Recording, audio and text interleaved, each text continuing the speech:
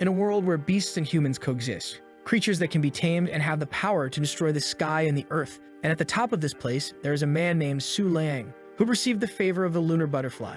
It is an extremely rare beast that only exists in legends and can go back in time. In the boy's eyes, you can see the favor he received from the gods. And so he received the title of Lunar King and is admired by everyone. In an ordinary house, there is a boy on his computer. The Lunar King attracts a lot of attention and is on top of the world for those who are his followers. However, the boy is sweating cold, saying that the only thing more incredible than this is that he, Su Liang, is the so-called Lunar King. He's so crazy because he just transmigrated to this world. Originally, he was from Earth, and as soon as he arrived, he received fragments of the owner's memory. It seems that the real Lunar King was sleeping, fell out of bed, and hit his head. The protagonist thinks it would be amazing if he really had become the so-called Lunar King, but he asks to open the status window and sees that he is nothing more than a one-star tamer. His companion is the shimmering beast with the power of moonlight. He starts cursing the system because he knows very well that this butterfly is nothing legendary. The problem is that everyone has a lot of expectations for this boy. How is he going to handle all this pressure? Not to mention that the original owner of the body drew a lot of attention and everyone believed he was strong. He told everyone that he possessed the reincarnation butterfly that only appeared in dangerous situations. When he performed, the girls went crazy, saying he was amazing and handsome. Even face-to-face with the 8-star Empress Kangyu, the guy didn't back down. Our protagonist has no idea how this guy was so crazy. He decides to let it go and takes a look at his beast. The so-called shimmering butterfly appears. In his eyes, traces of the gods can still be seen. And when it approaches his face, he says it is cute, but his expression quickly changes upon realizing how useless it is. He knows that a great battle awaits him in 3 years, but the bigger problem is that he can't even beat the people at the academy. If he doesn't at least get a hack in the system, it will be impossible for him to attain the title of Lunar Emperor. That's when he remembers a memory from the body's previous owner and wonders if he also has it. He pronounces Lunar Book, and the item appears in his hands. Looking at it, he is impressed, wondering if they are illustrations. On the first page, several moon-related low-ranking creatures can be seen. When he combines all of them from one page, he can get a new one as if it were a card game. It seems the previous owner didn't care about this book because it said the lunar butterfly was weak. He thinks the guy was kind of stupid. However, now he is motivated since he will study at the Lunar Light Academy, a place where it will be easy to find this type of creature. Leaving the room, he knows he cannot get into fights and must focus on getting stronger for the next 3 years. In the advanced dormitory for tamers, a little bunny is being fed and someone says it's to help it grow a lot. Then a girl in red clothes named Su Jing tells her to stop mingling with weak creatures or they will get attached to her. The girl named Bei Yor says she won't make a contract with the bunny, she's just having fun. However, Su Jing says that as one of the elites, she can't be around weak creatures or strong ones won't want to make a contract with her. She enthusiastically says that the girl must be like the Lunar King who only touches extremely strong creatures. That's when something catches the bunny's attention. While the girl says she is sure the lunar butterfly is only with the king because he doesn't smell like a weak creature. At that moment, the rabbit runs to someone's feet. When they look to the side,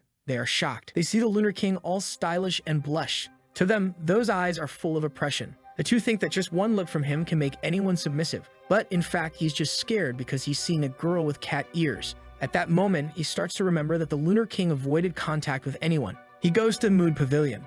Looking up, he knows it's a place with many low-level creatures. If he can unlock several in the book, he will get new ones. Walking around, he sees some particles and touches one of them. Then it appears that new beasts and illustrations have been unlocked. From the moon element itself to a juvenile fox, a shadow rat, and even a moonlight fish. Su Liang is impressed that he can also see battle information, and now he's excited because the sly guy has a hack.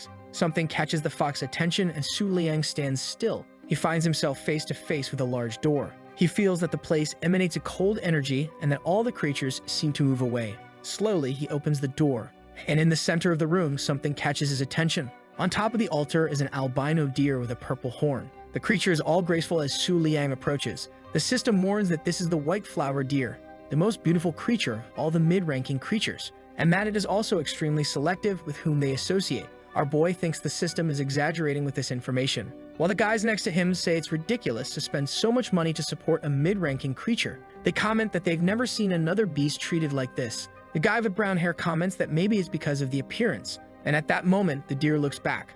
The boy says it's just because the rich like to show off. When suddenly he gets a water jet on his head and gets all confused. The deer stares at the two, and they run away. One of them comments that mid-ranking creatures have intelligence similar to humans, so it's better to get out of there. The protagonist, observing the creature, thinks that what the guy said really makes sense, until their eyes meet. Something catches the creature's attention as it thinks about the eyes he has. She approaches and starts walking around him. Gets very close to his eye and starts staring.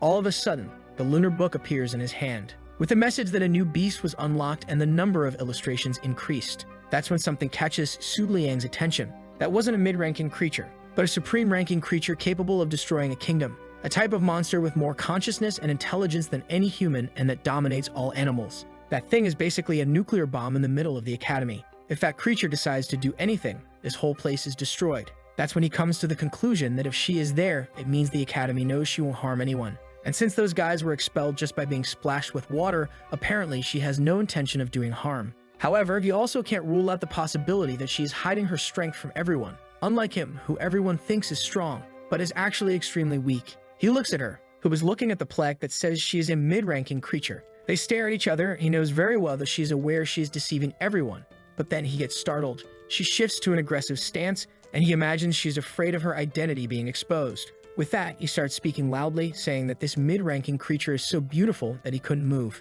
He knows that the most important thing for now is not to become an enemy of something like that. He decides to walk around pretending to admire other things, until the door closes and he runs out of the place. While the deer stands there, remembering our boy's eyes and wondering who he was to have those eyes.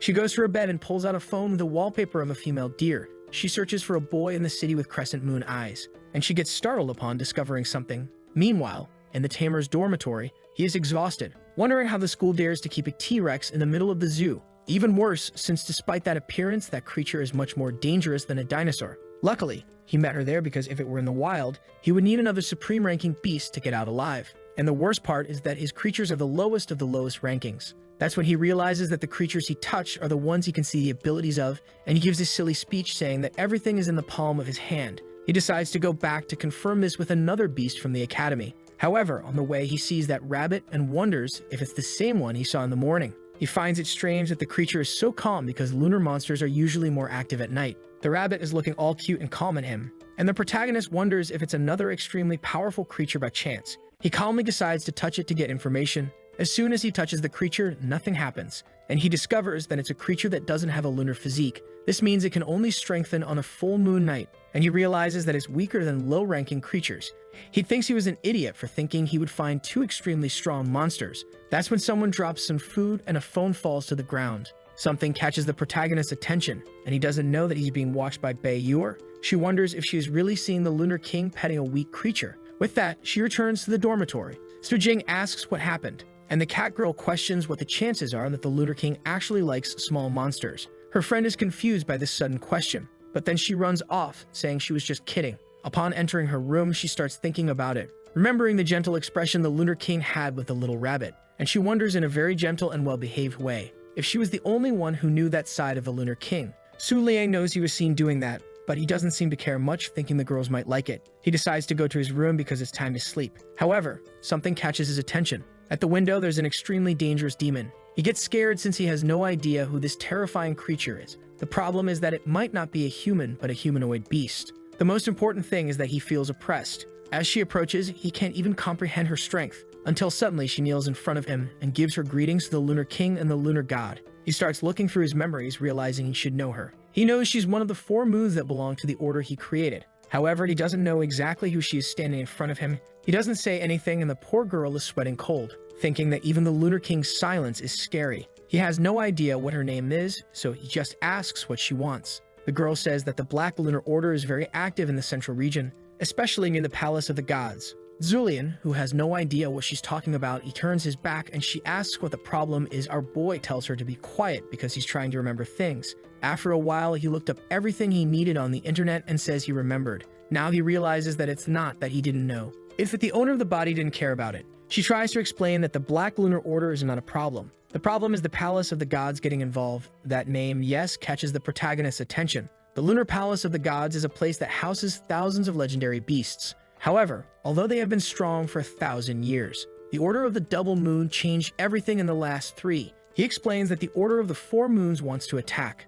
The only problem is that there will be no one to defend him. Zulian remains silent and says that she can move forward since there is no danger when he is under the moonlight. The girl gets excited, saying she understood very well. Here's a famous phrase from the Lunar God, and everyone believes that because of the butterfly, he is not at any risk. With that, she leaves and our boy remains silent. He has no idea how the owner had the courage to say such cringe things. The worst part is that he would walk around saying random phrases. However, because of the crazy followers, these phrases started to become famous. Out of nowhere, he would turn and say he felt the presence of the lunar god, or that the moon favored him, or that the moon would rise and that the moon was bright. He is lost because he just transmigrated and has all these problems in his head. At least it seems he doesn't have to worry about the palace of the moonlight. The only problem is that he doesn't have the real butterfly, so he is basically without any bodyguard. If he gets attacked in this situation, he will die in a foolish way. That's when he remembers something. After having unlocked so many creatures in a book, he can at least get a new one. It states that he can initiate the first exchange and he gets excited.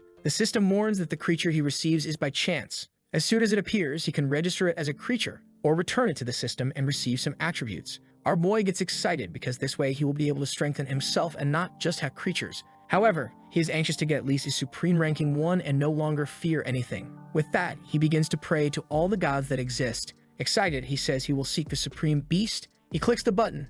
Energy flows from the book and a light blinds him. The pages start to turn and the system warns that a creature has been unlocked. He is anxious until he receives a translucent moonlight. It's a high-ranking creature, but it seems to have support abilities. He knows that for other people, this would be a good creature. However, he is the lunar god, so something like this doesn't make much difference. Considering the crisis he is involved in, it can't be solved with just a high-ranking creature, and so he returns it to the book. The system warns that he will be rewarded with the creature's strength, gaining enough experience to become a 1-star tamer and almost reach 2 stars. He gets excited for a second, and then immediately feels disheartened because he knows it makes no difference. He is angry that the previous owner of this body could have made contracts with several strong monsters. However, he chose not to do any of that to stay with the butterfly. That's when, before going to sleep, he realizes he made a foolish decision. Even though the creature wasn't strong, it was better than the butterfly he has now. That kind of decision seems strange to him, and our boy questions whether his actions and personality are still influenced by the other guy who owned this body. That's when he shakes his head, saying he's going crazy for believing anything from that guy. He throws himself on the bed, saying that next time he gets a high-ranked beast, he will make a contract. At least tomorrow he can go to the pavilion to gain more experience points and collect everything he missed. Remembering the white deer, he comes up with a plan to bring something to see if he can touch her. The next morning, the deer wakes up and gets startled. The whole place is empty. She wonders if it's going to be demolished, and a girl approaches, saying that when she goes to the palace of the gods, she will live a better life. She seems sad and tells the deer to obey her new owners. The poor deer is scared that she was sold, especially to the palace of the lunar god. Walking around, 2 girls dressed appropriately for work say it's ridiculous that the lunar god studies there. The blue-haired girl tells the other not to cause trouble and to focus on the mission. She turns, saying she knows they're only there to take the white flower deer. Then a green-haired girl named Sing, he introduces herself as the owner of the pavilion. The 2 women introduce themselves, saying the night is eternal, which makes King he think these 2 are very arrogant. She turns and tells them to come in to see the creature. However, the blue-haired one says she has already seen it online and just to bring it quickly, as they will pay 10 times the price. That leaves Kingy startled. Knowing that the white deer is extremely rare, she decides to take advantage of the opportunity and says that this white deer is a descendant of the original creature of the pavilion owner. That's why they have been treating her as a supreme creature, and 10 times the price is not enough. The red-haired girl says that being a descendant doesn't change the fact that she is a mid-ranking creature. But her sister tells her to shut up and asks if 20 times the price would be enough. That surprises the sister and interests the pavilion owner. However, the red-haired girl approaches her sister and says that 20 times is beyond the money they have. But the blue-haired girl has a creature called the Moon's Voice that is warning about a great danger that is about to arrive. They need this creature to protect the palace of the gods, and that's why she's willing to increase the price even more. But at that moment, she feels something, a pressure that would crush anyone. She knows that the only being capable of doing that is the Lunar King who is approaching. She starts trembling, wondering why he is there at the pavilion, and her red-haired sister can't even react. She realizes that the girl's sanity has been shattered. She keeps trying to communicate, telling her not to look him in the eye. However, she turns, gets startled, and faints. She stands there very calm and composed, saying she saw him up close. Su Liang approaches the 2 and gives them a stare. With that, they bow their heads while he stands there. The poor girl feels she doesn't have the courage to raise her head. It's as if she were trying to go against the presence of a true god, while the 2 are terrified that he might do something to them. He's there, not knowing what to say and not understanding why no one is moving, until King he comes running and calls for him. She approaches, saying it's an honor to see his face in person. She shows a tattoo on her arm, saying that 3 months ago, she joined the Brotherhood of the Double Moon. With that, she explains that those girls are messengers from the palace of the lunar god, who are there to buy the deer, while she comments that she wants to sell it for an extremely high price because of his bloodline. And because it is beautiful, Su Liang is struck by the realization that no one has any idea how powerful That creature is something so rare cannot be sold for any amount of money. With that, he turns and the sisters finally relax, until he tells them to disappear because that was not a place for their kind. He says the moon is about to fall. King, he looks at the sky, thinking it's too early, there is no moon yet. However, she interprets it as if he were saying the moon was literally going to fall. In other words, it was a premonition of a disaster that was about to happen. The blue-haired sister realizes that he seems to know everything that is happening with the Palace of the Gods, when suddenly the redhead decides to say that the moon is not really going to fall. However, she stammers with her words. The crowd says she shouldn't speak against the person chosen by the moon god himself. And at that moment, she is startled when our boy is just staring with his moonlit eyes. She starts trembling and he walks away. She falls into the arms of her sister, who thinks that if the moon god is involved, they will have to forget about that creature. However, as soon as he starts to leave, he knows he spoke about impending calamity. While King, he remembers that the girls said the moon would never fall. Seeing the humiliation that girls received from the king, she says they indeed fell long ago, and the only eternal moon is the one the Moon King sees. Our guy finally relaxes, thinking everyone believes he has some power and has his advantages. He doesn't know when he will be exposed, but at least for now, the deer must be calm. Meanwhile, the staff is emptying the hall. The deer is there, telling them to stop taking all their things, and the people are confused by this attitude. The blonde girl gets emotional, saying that apparently she doesn't want to let go of the caregiver. She hugs her head, saying she is beautiful, and that she will visit her while the deer just wants her to let go. The woman goes to her bed, saying that that too has to be removed. However, underneath everything, she finds a cell phone, magazine, and mirror and wonders why a beast has those things.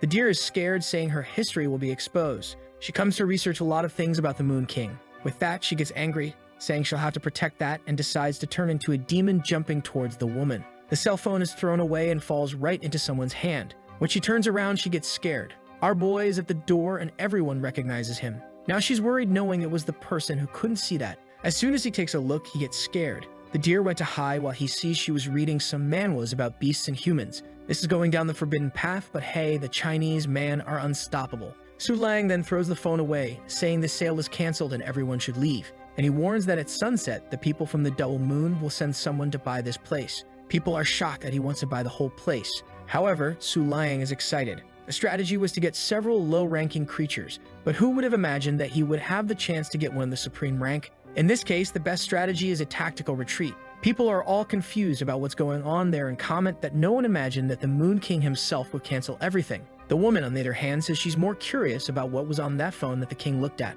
However, at that moment, the deer goes there and grabs it with her mouth and runs away. She passes by all the beasts, thinking that this damn king heard her entire identity, and even the history. He's trying to escape, but she's not going to let him leave this pavilion.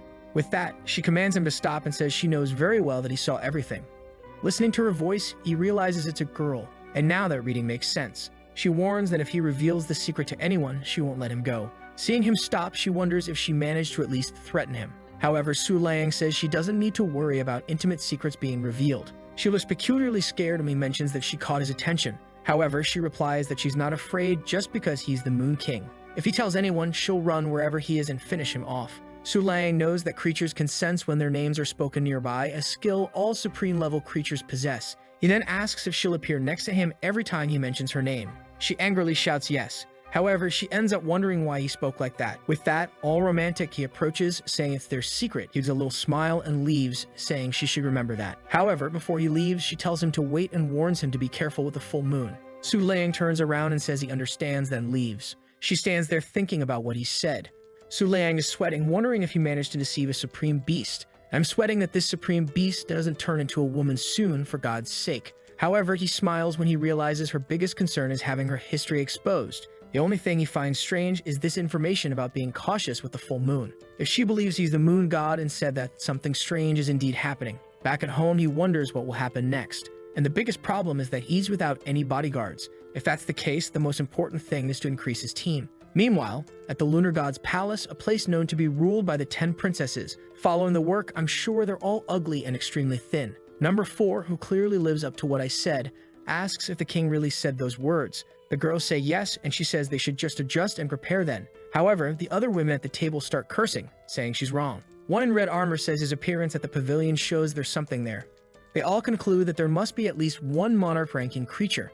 And one who is bald says apparently something is about to happen that not even the Lunar Palace will survive. People want to know if the 4th princess will cooperate with them. She questions if they really believe that when he signs a contract with the monarch, they'll still beat him. No one responds, and she asks if they are afraid. until apparently it wasn't a woman. A guy says not only the Moon King is favored by the moonlight. After Su Lang used all of his group's money to buy beasts from the academy, people from the north started questioning what he was up to. Most thought he would absorb weak creatures to regain his energy, a sign that the monster inside him was about to awaken. Because of these rumors, people in the north were very uneasy. However, the person they feared so much was in the room playing gacha, releasing new creatures. I want to know why he released Peppa Pig. At least he's excited to have received a high-ranking creature. Even with the pavilion's help, that's all he's been able to receive. Low or medium-ranking creatures are useless for anything other than trading for points. And even though he said he would accept a contract with the next high-ranking creature, this moon in the lake seems to be a support type. The body's owner has no memory, and there's nothing about her on the internet. He finds it bizarre that there are patches that aren't in the encyclopedia yet.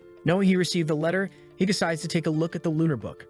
The book explains that this creature has the ability to absorb any shock or fluctuation and store all energy within it. He's impressed that she apparently is 13,000 years old. This means she's older than the lunar palace itself. That's why there's no information about her in the current encyclopedia. But that's where he gets an idea. If it's a creature no one knows, he doesn't need to worry about people thinking it's weak. Since the information was lost, no one will have any idea if she is strong enough to be a creature of the king. And in the end, for him who can't fight, maybe this ability is good. With that, he decides to close his eyes and sign the contract. He tells the sparkling butterfly to return, and the next second, he finds himself in a lake. Below him, her reflection is in the water, and he feels a different sensation from other high-ranking creatures. Now this is his second pet, and he hopes it will at least help with something, especially since the night of the full moon is approaching. On that night, a guy watched the moon and wondered why he was chosen to patrol there. He received information that the Moon King would make a move that day and was confused. However, as he was considered the best tamer of the Black Moon, he had no choice. However, observing the protagonist's house from afar, he was afraid of being noticed and dying the next second.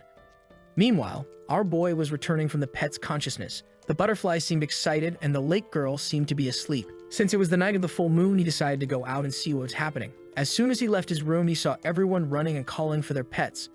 He was confused, but soon noticed it had something to do with the danger of that day. At that moment, an explosion occurred and the whole place shook. He approached the window, wondering what it was. From afar, smoke was rising. At least he smiled, realizing he wasn't the target of it. The guy who had been watching him was lying on the ground, attacked. He couldn't believe it. It was supposed to be just a simple lunar rabbit. However, it was gigantic and had a powerful aura. The rabbit looked to the side, saw the guy, and moved to strike.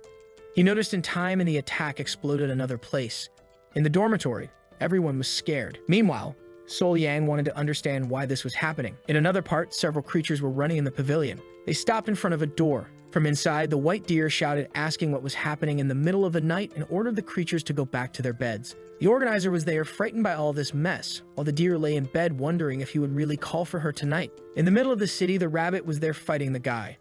He disappeared and suddenly started laughing, saying she actually had some power. He had summoned 2 pets, saying he didn't want to use them against her. He warned her to be careful because if the Moon King got angry, she could be killed. However, she didn't seem to care and went towards him. He used the 2 pets to protect himself, and the barrage swept through the city. The 2 creatures were torn apart, but the skin absorbed the debris, and the next second they were back. The guy realized the rabbit was strong but slow and not very intelligent. Seeing that his pets didn't die, they certainly weren't of a supreme rank. And if the Moon King hadn't appeared, it seemed she wasn't involved with him. With that, he jumped from the creatures and allowed them to absorb moonlight. They merged and transformed into a black fish with lunar eyes. Immediately, he felt a pain in his chest and told them to stop absorbing. This is because any tamer has to be careful how much energy their pets absorb or they'll explode themselves. However, he was excited. At least now he could test maximum power against some creature. With that, he stretched out his hand and said it wasn't just her who entered berserker mode under the full moon.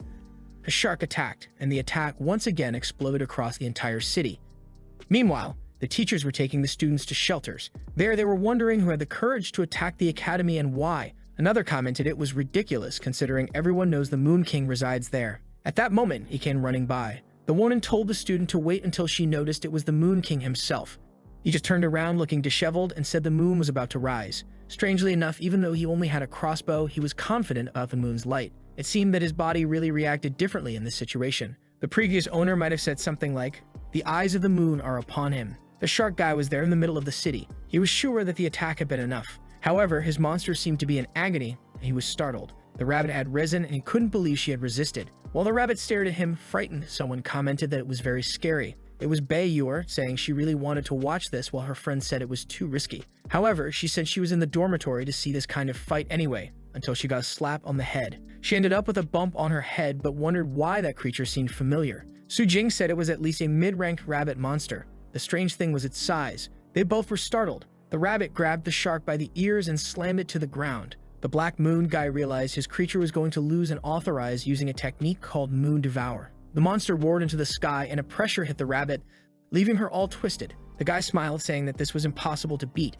However, the rabbit seemed to be absorbing the energy she had sent out. The guy realized that if a creature that size still had a technique, it wouldn't be possible to win. Bai Yuer seemed impressed, and Su Jing told her to get out of there. With that, she threw her to the ground and called the fox to create a shield for the two. The creature let out a roar, creating an explosion that shook the entire city. Man, it was atomic. When the smoke cleared, the little shark had disintegrated, but the place had indeed been desolated. The rabbit noticed something, and nearby, the barrier around the two had fallen. Su Jing commented that that's why they had survived. Bai Yuer had also summoned her creature. Seeing it staring, she ran to the tiger and told it to stop, drawing the rabbit's attention. However, the rabbit was just staring at the three of them, who already thought everything was over. Strangely, it stood still. Su Jing wondered why the creature wasn't moving. She noticed it seemed to be looking directly at Bai Yuer. With that, the monster went to the rubble and pulled the guy out of everything. The guy was angry, asking if that was a high-ranked creature, and told it to let him go because the Moon King should be coming. The rabbit slammed him to the ground and was about to crush him. Bai Yuer wanted to stop the creature, but Su Jing said they shouldn't get involved.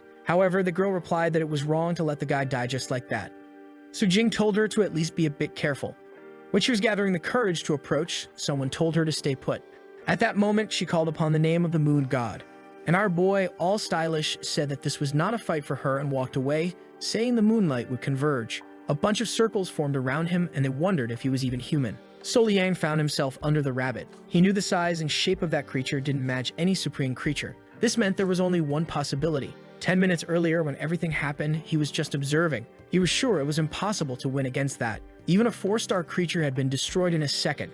The plan was to at least touch it to see its rank, but it was too risky, so maybe it was better to give up. However, he realized the monster wasn't attacking anyone. He knew it was impossible for a creature to be both high-ranked and irrational at the same time. Considering all this, he approached knowing there was only one possibility. The fool lying on the ground thought that since he had been killed, he had received some sort of favor. However, Sol Yang just collected the body and told them to take it away. With that, he left, and Sol Yang found himself face to face with the rabbit. He then said it was impossible for a creature to go berserk in the moonlight and still remain conscious. This meant it was a common monster acting on instinct, and only low-level creatures act on instinct. He then extended his hand and asked if she was looking for him. From afar, the two girls wondered what this madman was doing, and Bai Yuer told him to be careful. The rabbit was going to charge at him, and they thought the poor guy would be crushed. He was confident in his conclusion, but still hesitant. At that moment, a drop fell into the lake. The creature's attack seemed to have ceased, and he was embraced by the girl from the lake. Everyone saw it, and the guy lying on the ground was sure it was one of the mysterious ancient creatures, something he had seen in the Black Moon intelligence books. He slowly opened his eyes and got excited when he realized he had managed to stop the attack. The problem was that the girl from the lake wouldn't be able to absorb another attack like that. At least now, knowing what the creature was, he was sure he didn't need to worry anymore. He already knew very well who it was. That's why he didn't attack Bai Yuer. And since he doesn't have a lunar body, he ends up absorbing all the power of the moon without being able to control it. Suddenly, a group approached, asking if they were late. The guy on the ground said they weren't late. It's just that their arrival now was insignificant. The Moon King had awakened, which meant everyone was going to die. The people seemed scared. Noticing everything, Sol Yang knew he had to convince them to fear the boy. He asked the rabbit if she was there for him, and she immediately lowered her head. The people seemed confused, and he told her he would guarantee the moon power she so desired. He got even closer and said he would meet her at the place they first met. She agreed, turned, and left. The guy on the ground got up angrily. He had been beaten and hadn't even seen the king's power. He then told the Moon King that he had been attacked by the rabbit, so why tolerate it? However, he just turned and asked if that had really been an attack. The guy was impressed that his eye changed according to the moon. He just hoped he wouldn't fall in love as well. The poor guy started to remember everything he saw and fell to the ground, thinking he had seen the true emperor. His motivation was gone. It was time to go back because he had no other option. A strange figure told him to keep disguising himself in the northern region. With that, he woke up in bed and realized he was in the Academy Hospital. That was a way for the high-ranking people to send messages in dreams, which meant everything had been true. The problem was that he had no idea how he would deal with the Moon King. Meanwhile, in his room, the protagonist woke up with that little rabbit staring at him.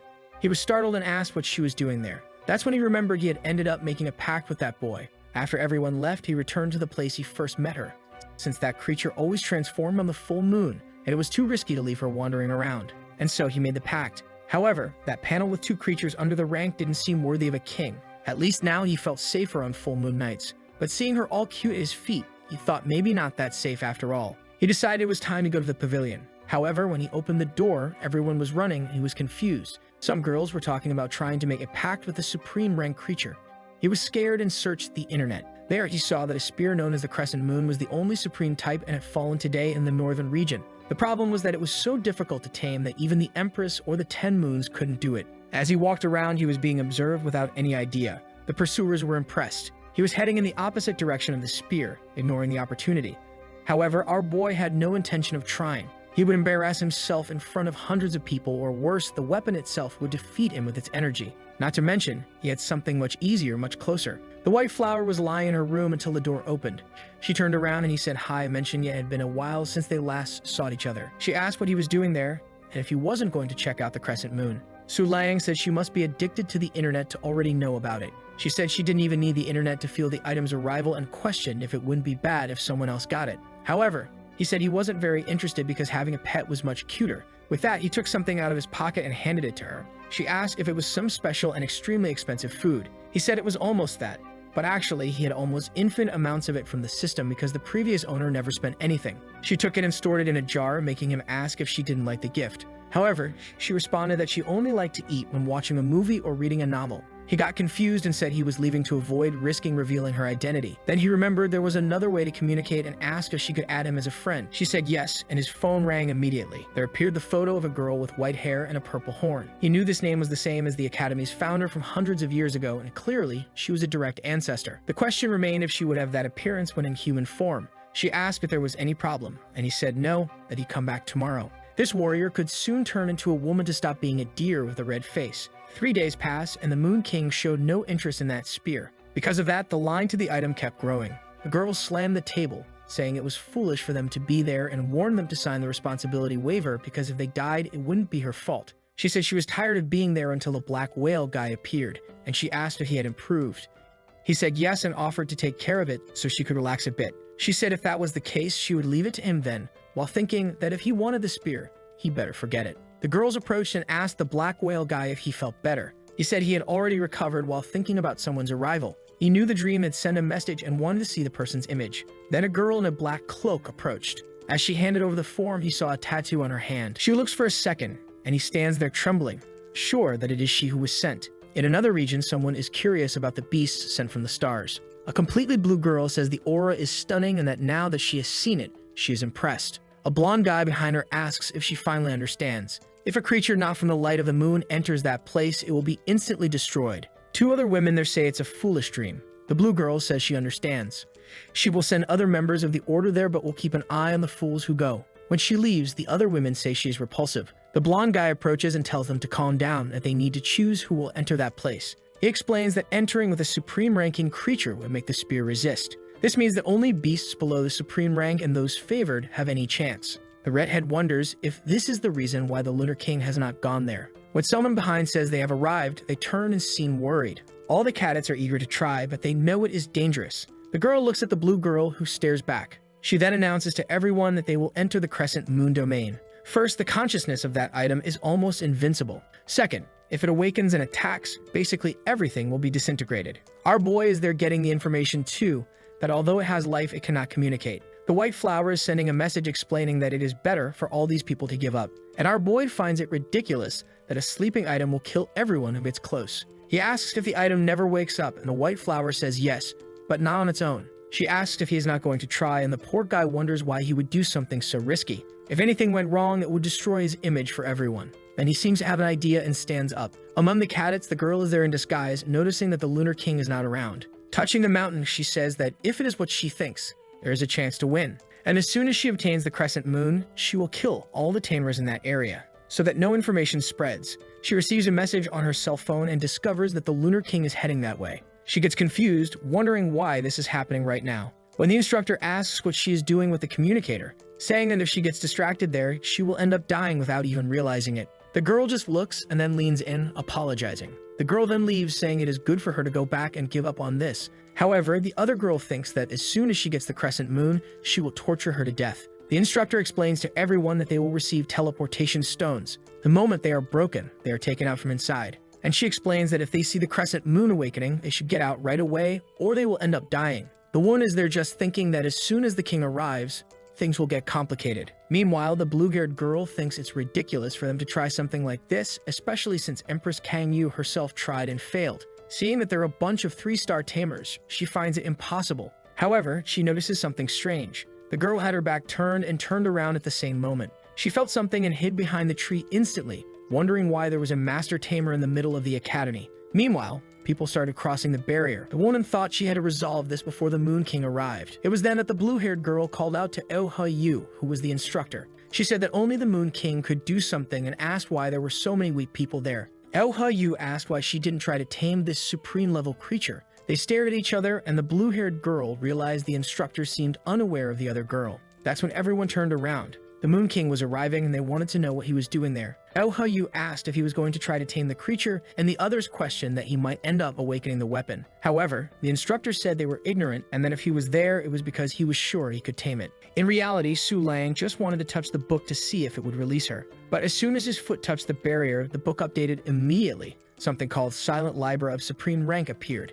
an extremely strong and rare attribute that lower-ranked beasts couldn't even sense. Su Lang was excited that it was something of the supreme rank, but immediately withdrew his foot. He seemed to be hesitating, and people were wondering why he stopped there. He pulled out his phone, and they were confused. Yu then asked if he had a problem, and he smiled, questioning why she let the Black Moon insects enter that place. People were surprised, and he walked in saying that from now on, the twin moons would rule that place and he would take care of everything personally. People were still shocked by the information about the Black Moon, and the blue-haired girl knew it was probably the one she had faced. People were now worried about the students who had entered, but Yu said they had the teleport stone, so they were safe. Our boy, on the other hand, was hesitant to enter because of the Silent Libra. If the Black Cult used something like that, it meant they really believed in its power. The situation was dangerous. If it were the old him, he wouldn't have had the courage. However, strangely, ever since he transmigrated, he seemed to be changing. With that, he threw himself in without hesitation, and the Black Shark guys seemed worried about the Serpent Girl. Yu said it made sense, and he mentioned he was running there to save everyone. However, the women commented that ending up like this, he wouldn't do much.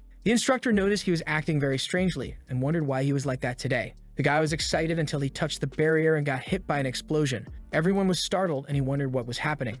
Then a girl with 50 bells tied to her appeared, saying he had no chance. From the tattoo on her thighs, the guy knew she was from the Twin Moons sect.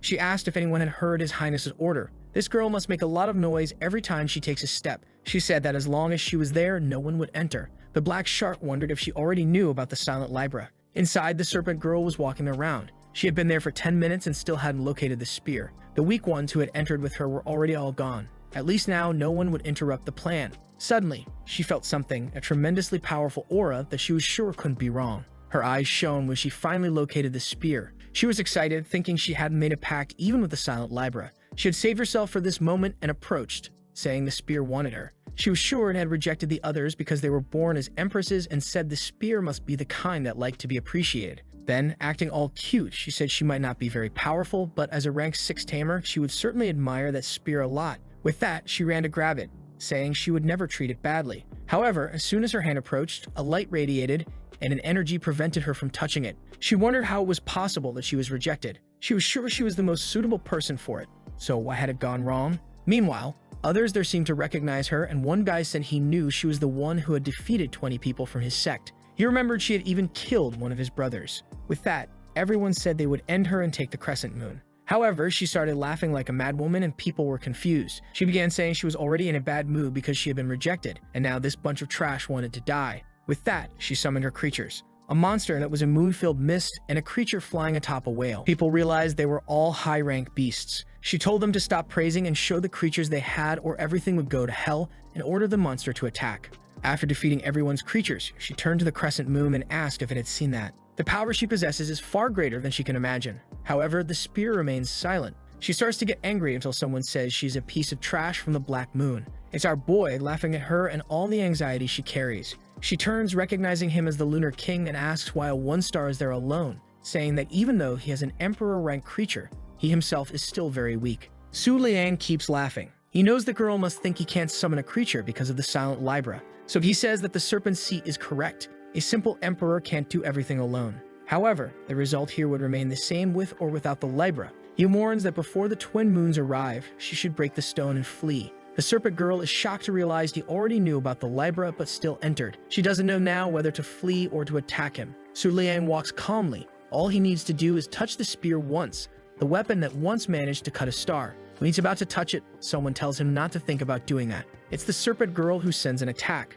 All her monsters barrage towards our boy. However, a simple wall blocks everything and she is confused. She has no idea how he did that without even summoning a beast. Our protagonist almost died of a heart attack. Even though the lake girl doesn't have attack power, at least her defense is quite strong. The serpent starts losing her mind and says enough is enough, warning that without an emperor-rank creature, he is nothing. Abyss starts bleeding and a pentagram appears at her feet, ordering the devouring demon king to appear. Dark clouds gather in the sky and everyone trembles. Even the protagonist is afraid of that energy, and our boy knows the crescent spear can't notice the existence of that monster because of the Libra. A giant snake appears and she says he's going to be eaten now. However, our boy stands there without any expression and she doesn't understand why he seems so indifferent. Why does he seem unconcerned in front of a supreme rank creature? However, he's only doing this because he read on the internet that when an animal is big, you have to stare it in the eye to scare it. The girl says enough, if he won't summon, he will die, and orders the creature to attack. The monster slams into the ground and leaps at him. He stands stoically, not moving a muscle. Since the lake girl hasn't consumed all she can, he decides to leave this job to her. The entire place explodes, and when the smoke clears, he's standing there intact. He seems confident, but inside he's thanking the heavens for surviving. Considering the strength of the attack, she would need much more power to break through the barrier. She collapses to the ground, wondering if this is the legendary favor of the lunar god. Our boy leaves, saying she doesn't need to hurry. Once he gets the crescent lands, he'll deal with her. She concludes he wasn't fighting her because he was more concerned with the item, while wondering if his shield could withstand a lance attack. With that, she disables the silent Libra ability. Instantly, the lance senses the copper's presence and awakens. Someone grabs the lance and pulls it from the ground. Apparently, it has a humanoid form too. If the deer was already madness, now it even has romance with the weapon. Seeing the dangerous and the powerful girl appear, everyone starts running in panic. Feeling the energy, Su Liang hopes at least the lake girl can resist it. However, she warns in his consciousness that there's at most a 1% chance of blocking such an attack. He thinks this is madness and wonders how the snake girl planned to survive this. Looking beside him, he sees she has hidden herself among her creatures. The crescent moon then leaps towards him. He stands there knowing there's no way to escape this now. As he turns to say something, we see a few minutes ago, Kat is reported being attacked by the woman inside and questioned how the academy let someone like that slip through. The blonde finds it odd that he was stranger is that the woman outside seems very calm. Why doesn't she seem concerned about the Lunar King's safety? Then suddenly, she also feels something. She mourns that the crescent moon seems to have been awakened. Everyone is shocked and she advises them to run because anyone staying there will die. She also senses another aura and wonders if it has something to do with the Emperor. In the midst of the battle, our boy doesn't know what to do. In 3 seconds, this attack will hit and he will die. Remembering the era of technology, he pulls out his phone in 1 second, sends a message and warns the white flower that he needs help. The crescent moon is about to hit him, and at the final moment, he reaches out. And I thought something peculiar was happening, but in reality, there was an explosion throughout the place. Everyone was thrown back and wondered if it was the Emperor's doing. They were unsure if the Lunar King had died, and in the midst of the smoke, nothing could be found. Some time later, the snake girl began to emerge from the midst of her serpent, wondering what had happened. She saw that the crescent moon was calm again, and wanted to know where the Lunar King had gone, if he had really been killed by what she awakened. She became emotional, thinking that she was the one who defeated the Lunar King. She starts off by saying that Idiot was looking at his phone at the last moment and shouts to the heavens that she was the one who defeated the great king. Excitedly, she turns to the crescent moon and declares that it's hers now. However, strangely, the item awakens again. She knows that this worn-out snake won't be able to resist. In the midst of the smoke, our boy emerges. She finds it impossible that he not only survived, but doesn't seem to have been affected at all. That's when she notices a giant paw on his back and wonders what that is. The creature touches almost the clouds. It was too big for supreme rank, but if it were Emperor, everyone there would know about that thing. She starts trembling with the crystal in her hand. However, she decides it's not yet time. Even if she dies, she wants to know what the Lunar King's beast is. After all, that's the information everyone has been wanting to discover. Gradually, it reveals itself as a supreme rank creature, known as the Cloud Walker who follows the moon. Almost a direct reincarnation of the ancient goddess. The girl falls to the ground wondering how that's possible. That was a monster at least 4 or 5 times larger than her creature, because in terms of size, her creature is the largest of the Black Cult. And the strangest thing is the 1-star tamer being able to use all the creature's power. Our boy is there, happy to have survived. He didn't imagine it would really grow so large. And the worst part is he has no idea how it teleported in a second and saved him. Moreover, the girl on its back is probably the ancestor. The white flower then tells him to dominate the crescent moon quickly or she'll be cut in half. Our boy is confused. He thought she was stronger. However, she says he must have a plan to have sent her there. That's when he remembers that being hit directly counts as body contact. This means he'll be able to see the details in the lunar book. He instructs the system to open the book, and do you remember that the last chapter ended when Su Liang grabbed that book? Since he had come into contact with the spear, he knew it would appear in the book. It says there that this is a legendary spear that has been sleeping for a long time because it lost its sheath. Because of this, it sleeps and wakes up for several years and cannot communicate with any living creature. However, our boy soon realized that this item was of supreme lunar rank. Now that he had information about the Crescent Star Spear, perhaps it wouldn't be so difficult to communicate with it. The problem is that not even this book, which should have all the information, can communicate with it. This means that this spear was born even before the Moon Goddess Palace. But this also means that almost no one has this information. Suddenly, the spear opens its eyes. At that moment, the foolish snake girl is already scared, wanting to run away. She calls for the devourer and orders it to protect her. Something seems to happen to the snake. Meanwhile, the spear glares at the white flower, who asks why it's looking at her like that. With that, the two begin to want to fight. Meanwhile, on the ground, Su Liang approaches. The girl wonders what the Lunar King is trying to do at a time like this. Any attack from that supreme aura would finish him off. However, he tells the Crescent Star Spear to submit to him. It seems to ignore him while the two continue fighting with the aura, until Su Liang simply stretches out his hand and seems to use some power. Of course, the spear, on the other hand, didn't like that. He then speaks the name Frost Flower, which is the sheath of that spear. At that moment, it gets confused and seems to look at him. And Su Liang says that in the name of the lunar goddess, he swears that within 3 years he will bring the sheath back to it. In exchange, however, it would have to guarantee him a favor. The spear remains silent, and the next second it begins to dissipate. With that, it seems to return to its true form, and now he is able to enter its territory. The snake girl wonders if that is even possible, while Su Liang calmly walks forward. The spear forms a whirlpool of water that heads towards him, and their powers seem to merge. The girl quickly realizes that the Crescent Star Spear seemed to have accepted the Lunar King. Even the white flower is impressed by this. She knew very well that with this event, the whole world would go crazy, and our boy was full of confidence. While the fool thought this was impossible, she knows of at least tens of thousands who failed to tame this spear. That's because it's extremely risky for it to accept any contract, since it can only be broken when the person who contracted it dies. That's why this spear usually only accepts people it believes to be invincible. And apparently the Lunar King was considered one of them. The girl realizes she lost the only reason she had for being there. But in this case, she decides that her death will be a message to the Black Moon cult. Once again, she orders the Devourer King to attack Su Liang. He responds that this woman had already seen too much. He didn't like having to silence people, but it was time to finish her. Man, the energy swept through, and the poor snake girl disintegrated. The boy had opened a crater in the mountain. Not even the poor guy expected this blow to be so strong. And the poor girl is there on the side, coughing up blood after her creature had been evaporated. She quickly realized that the servant in front of her wasn't of supreme rank, that at the very least it was the descendant of someone of emperor rank. However, even so, she didn't want to die like this. Passing on the information about the Crescent Star Spear was more important than anything, so she needed to escape. The whole area wasn't sealed yet, so all she had to do was stay away from the Lunar King. At that moment, the crystal in her hand, suddenly it seems to evaporate. Neither the white flower nor the fool knows what happened. The one who had stolen it was the simple, low-rank butterfly of our boy, which brought it into his hand. And he says that in a place full of high-level creatures, no one would pay attention to one of those. The poor girl is left there in disbelief that she lost the chance to escape because of a weak creature like that. Desolate, she says it was too late, but she finally realized why he was the Lunar King. Man and the white flower just gave a little blow, and the poor girl started glowing, saying it was an honor to die for the Lunar King. And that was the end of that fool. From the outside, the bell girl was calling for the Lunar King, who had just come out of that dungeon. He said the serpent's seat was dead and the protection of that place should be removed. Everyone was just paying attention and impressed that he had solved it alone. And he announces that from now on, the Crescent Star Spear would be in his care. The news that the Lunar King now had this spear shocked the entire lunar lineage. The scene shifts to the southern part of the Azure Moon sect. Someone calls for Empress Kang Yu and says something terrible has happened. The Crescent Star Spear had been tamed by the Lunar King. Kang Yu tells them not to panic, as she already knows. The Lunar King is the chosen one of the moon, and that spear favors the chosen ones. The friend says, however, that the spear should belong to her, as she was born as the master of 4 stars and even has a beast of emperor rank. The girl says that's just a detail, and in the end to find out who the moon truly favors. She warns that during the moon festival, all qualified participants from this sect should withdraw.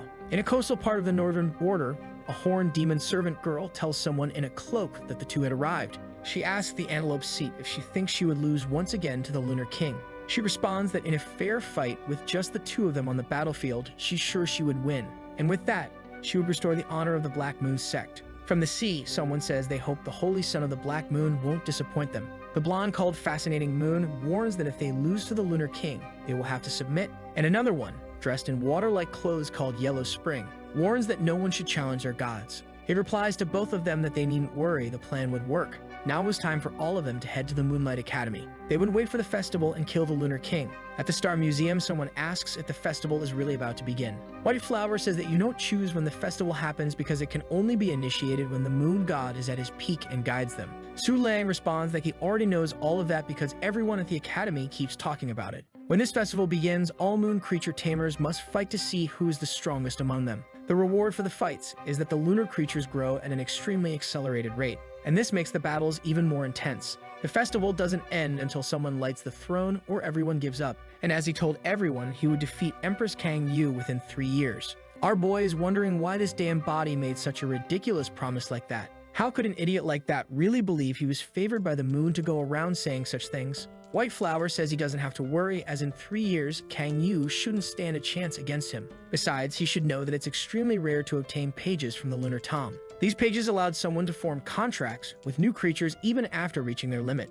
Our boy is impressed, considering that he has a book of these pages, so he should be able to form an army. However, he's curious to know how people will get pages from the Tom if he has the entire Tom. She gives him a headbutt and tells him to stop worrying about it and ask her if she could stay out of that place longer. After all, if she could go out in the moonlight, it would help him much more. However, that's when she notices something. The headbutt sent the poor guy crashing into the wall. The poor guy realizes that he can't keep taking attacks from a supreme rank creature. He then sends her 100 venison recipes. Suddenly, some information about the participants starts to appear. Bai Yu is a princess with the bloodline of a human and half-tiger. Our boy is impressed. He thought she was a cat. There's another one called Bai Yao, who is the 4th princess of the Baiyu Empire, the strongest of the humans. He then sends the profiles of both directly to White Flower. She says she'll take care of the one on top, and he'll take care of the one below. Man, what do they mean by take care? Are they going to kill those poor girls? The one sulking isolated because the Lunar King took the spear, and she didn't stand a chance. The friend tells her to forget about that and go to the announcement area because there are better things to do.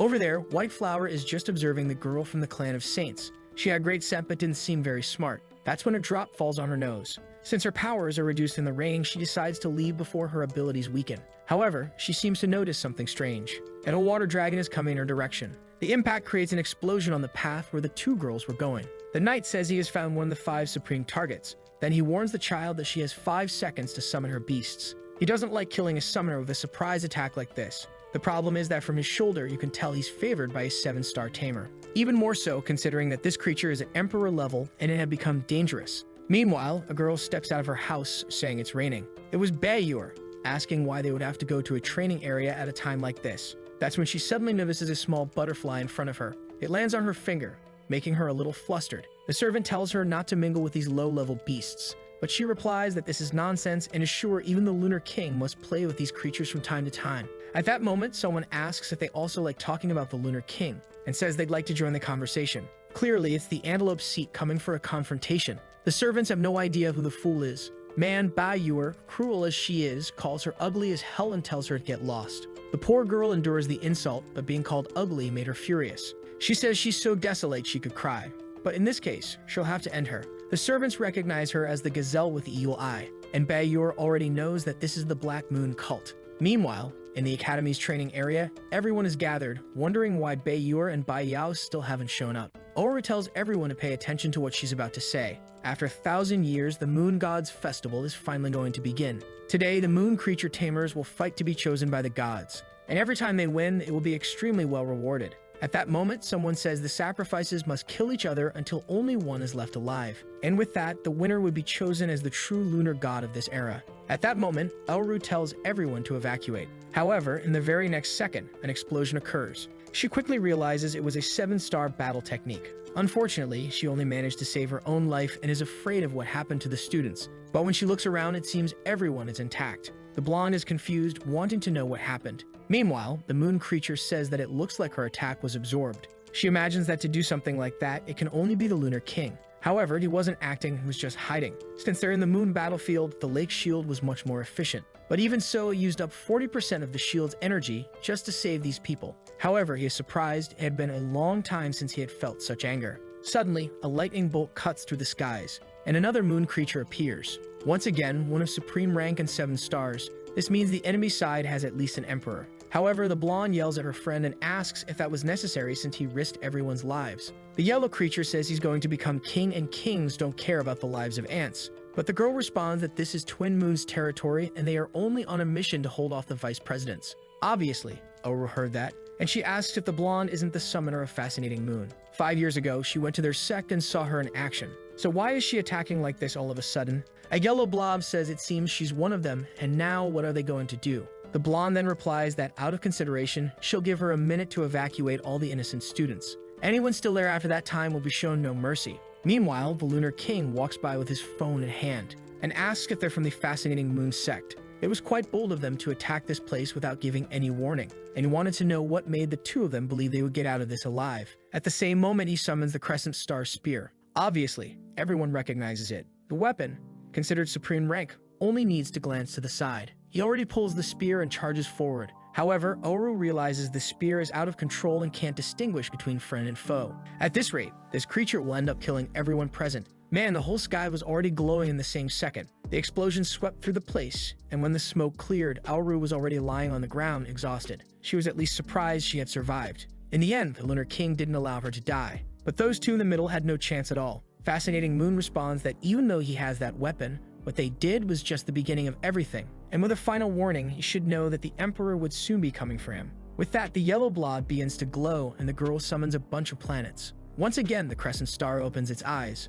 And now Su Liang is truly in danger. He has already protected himself from 2 attacks, and now the Lake Shield only has 4% defense left. He knows that once this attack happens, everything will be swept away. And the worst part is he won't be able to control the spear anymore, and it might cut everyone down. The problem is, he doesn't have much choice. So the Crescent Spear sends a flurry of cuts. The two who were preparing already realize they're doomed, and the blonde is certain there's no way to defend against this. Man, that swept through the entire city. Far away, it's even dripping on the students. Suddenly, one of them asks what that is in the sky. It looked like there were 2 moons. At that moment, someone is shouting, asking why it's foolish to use the ability to create a full moon for 5 minutes. It's another blonde with ball-shaped legs, saying now they're screwed. The previous blonde apologizes, saying she did it instinctively to protect herself. But her friend says now they'll have to fight the Lunar King under the full moon. And suddenly, the two of them are startled. A giant bunny had appeared. The girl felt like it seemed to be of supreme rank, but something was wrong. And her friend says the appearance of the Crescent Spear seems to have changed as well.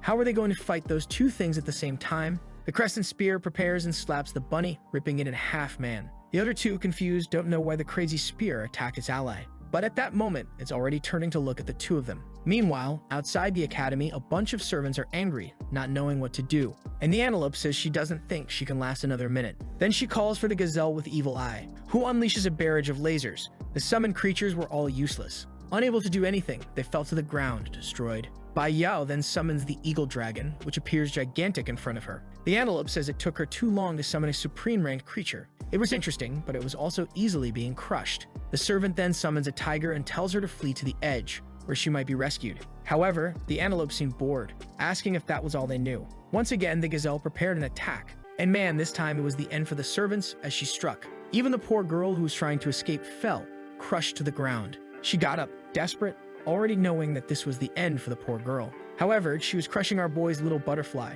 which rose up and faced her head on. And strangely, out of nowhere, the evil gazelle seemed to retreat. Even the girl's legs became shaky. She had no idea how a shimmering butterfly had gotten there. Bai Yao is confused as to why the antelope is so terrified of that shimmering butterfly. But it seems to have saved her. Even though she doesn't understand it, this was her chance to escape. And with that, the antelope falls to the ground, saying that, unfortunately, she wouldn't be able to complete her part of the operation. Meanwhile, Bai Yor and Su Jing are lying on the ground. The water creature is doing the countdown, and White Flower wonders if the water monarch is there too, because the problem would be if she appeared and that guy got involved. The guy then says they've had enough time, and it's a shame they're going to die like this. A vortex begins to appear in his hand, and in the blink of an eye, the 2 of them are being drowned. Some clouds appear, and the 2 begin to float. The knight knows he hasn't heard of such powers, so there's an unknown variable. The 2 turn around, and the guy asks who she is. Obviously, it's White Flower, and all of her style on her little cloud as well. Su Jing asks why that supreme creature was helping them, but she has no choice but to save them, since she promised the Lunar King she would help him. The knight then introduces himself as a supreme-ranked creature, called the Emperor of Autumn. White Flower looks to the side and asks if that little guy named Duangantu can come along. The Emperor looks a little confused by the way she treated this guy, and says that he wouldn't appear unless it was to fight someone of an extremely high rank. She says in that case, it's perfect. She likes to beat up the weak and run from the strong. The guy gives her a slap, telling her to shut up. At the same moment, a block of water rises from the ground, and the poor girl begins to drown. However, suddenly she appears above the block, and her body is enveloped in a purple light. The Autumn Knight says it seems she's a bodiless creature like him. Since that's the case, he was going to use that.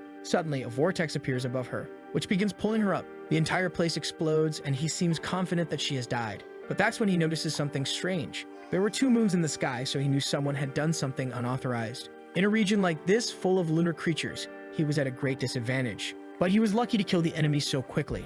It would be good for him to hear an explanation as to why someone did something so foolish. However, a long-haired woman appears, asking where he's going. He turns around immediately, and folks, here comes the real danger of the story. White Flower says she didn't even need a full moon to easily finish him off. Man, but the knight, desperate, jumps and asks what she said. But in a second, he notices something strange. A gigantic crystal horn had pierced him right through the middle. He was confused because a power like that was above the supreme realm. The only type of creature that can do that is something that is a direct descendant of an emperor, and not even he in the supreme realm stood a chance. White Flower tells him to know that she didn't want to take advantage of the full moon. The guy begins to disappear, calling for his master, asking him to be careful. With that, the creature evaporates in front of everyone, and White Flower wonders if she drew too much attention. Maybe she did. Given all the destruction happening everywhere, she knows that Guy's leader must be around too. The problem is, she's not quite sure what to do next. 3 minutes earlier in the training area, the crescent star was in the sky, and everyone had already been beaten. Clearly, the poor girl wasn't sparing anyone,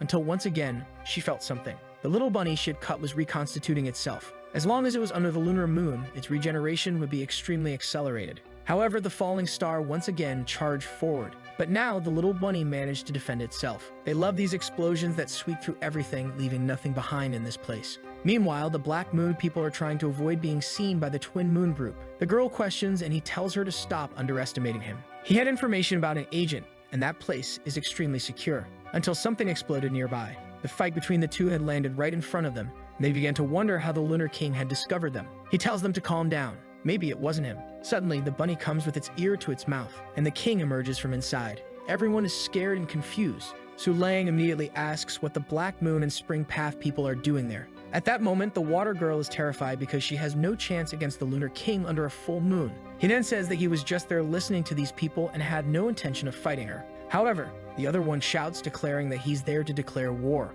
Su Liang just stares at him and asks what this business of declaring war is about. The guy warns that as soon as the festival starts, he'll destroy all the legacy he has. That's because 3 years ago, the Black Moon sect's base was completely destroyed. That too was caused by the Lunar King, who at the time also looked at them with the same gaze, as if he were superior to everyone looking at ants. This, he says, is the true nature of the Lunar King. However, Su Lang is confused as he has no memory of the guy who came before him doing anything like that. But now he also has to deal with the Crescent Star, so he'll let it go. And he says that even though an ant's effort is annoying to watch, he'll give them a chance. But they'll have to pay the price for provoking him. He'll send the Crescent Star to hunt them down. If they manage to survive, then he'll grant them a request. He then calls the star, and immediately it charges forward. Once again, an explosion sweeps through everything. And about 10 minutes later, they are lying on the ground, saying the force of that thing was overwhelming. The water girl says it's better if they start avoiding the Twin Moon's order, especially since, considering the power Su Liang showed, it wouldn't stand a chance. For now, they'll have to hunt for new beasts and see if they find something else.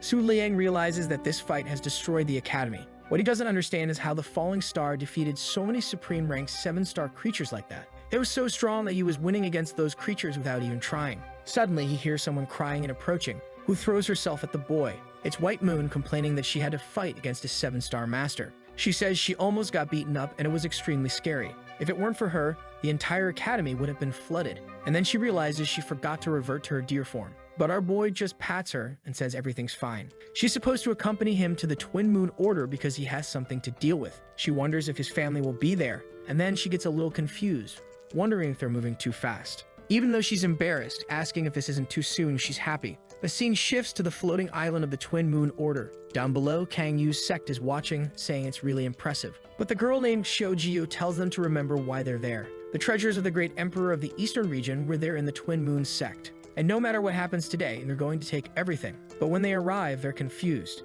That sect looks more like a city. She starts wondering how much money these bastards make per day. Meanwhile, there's a boy eating a skewer over there. It's Su Liang, wanting to know what a southern tamer is doing in this place. White Flower recognizes her and warns that the girl's name is Xiaoju. It's good to be careful because she's a fan of Kang Yu, who is his enemy and also talks badly about him. Or maybe this is the perfect chance to trap her and make her apologize. Our boy wonders if she's trying to beat up the girl over internet comments. He tells her to forget it and asks if there's anything else she'd like to do. She thinks for a second and sees a sign for an eating challenge. She says she wants to participate, and our boy feels a little embarrassed. But considering how much she's been helping him, it seems he won't be able to say no. The guy then shouts that the registrations are almost full. At that moment, Xiaoju approaches and starts signing up. She knew there were some good prizes, so she wanted to join. Upon hearing that, our boy gets interested. The first prize would be Essence Fluid, and the second prize, a box of face masks. Our boy is shocked by the difference between the first and second place prizes, and he knows that this essence is extremely valuable.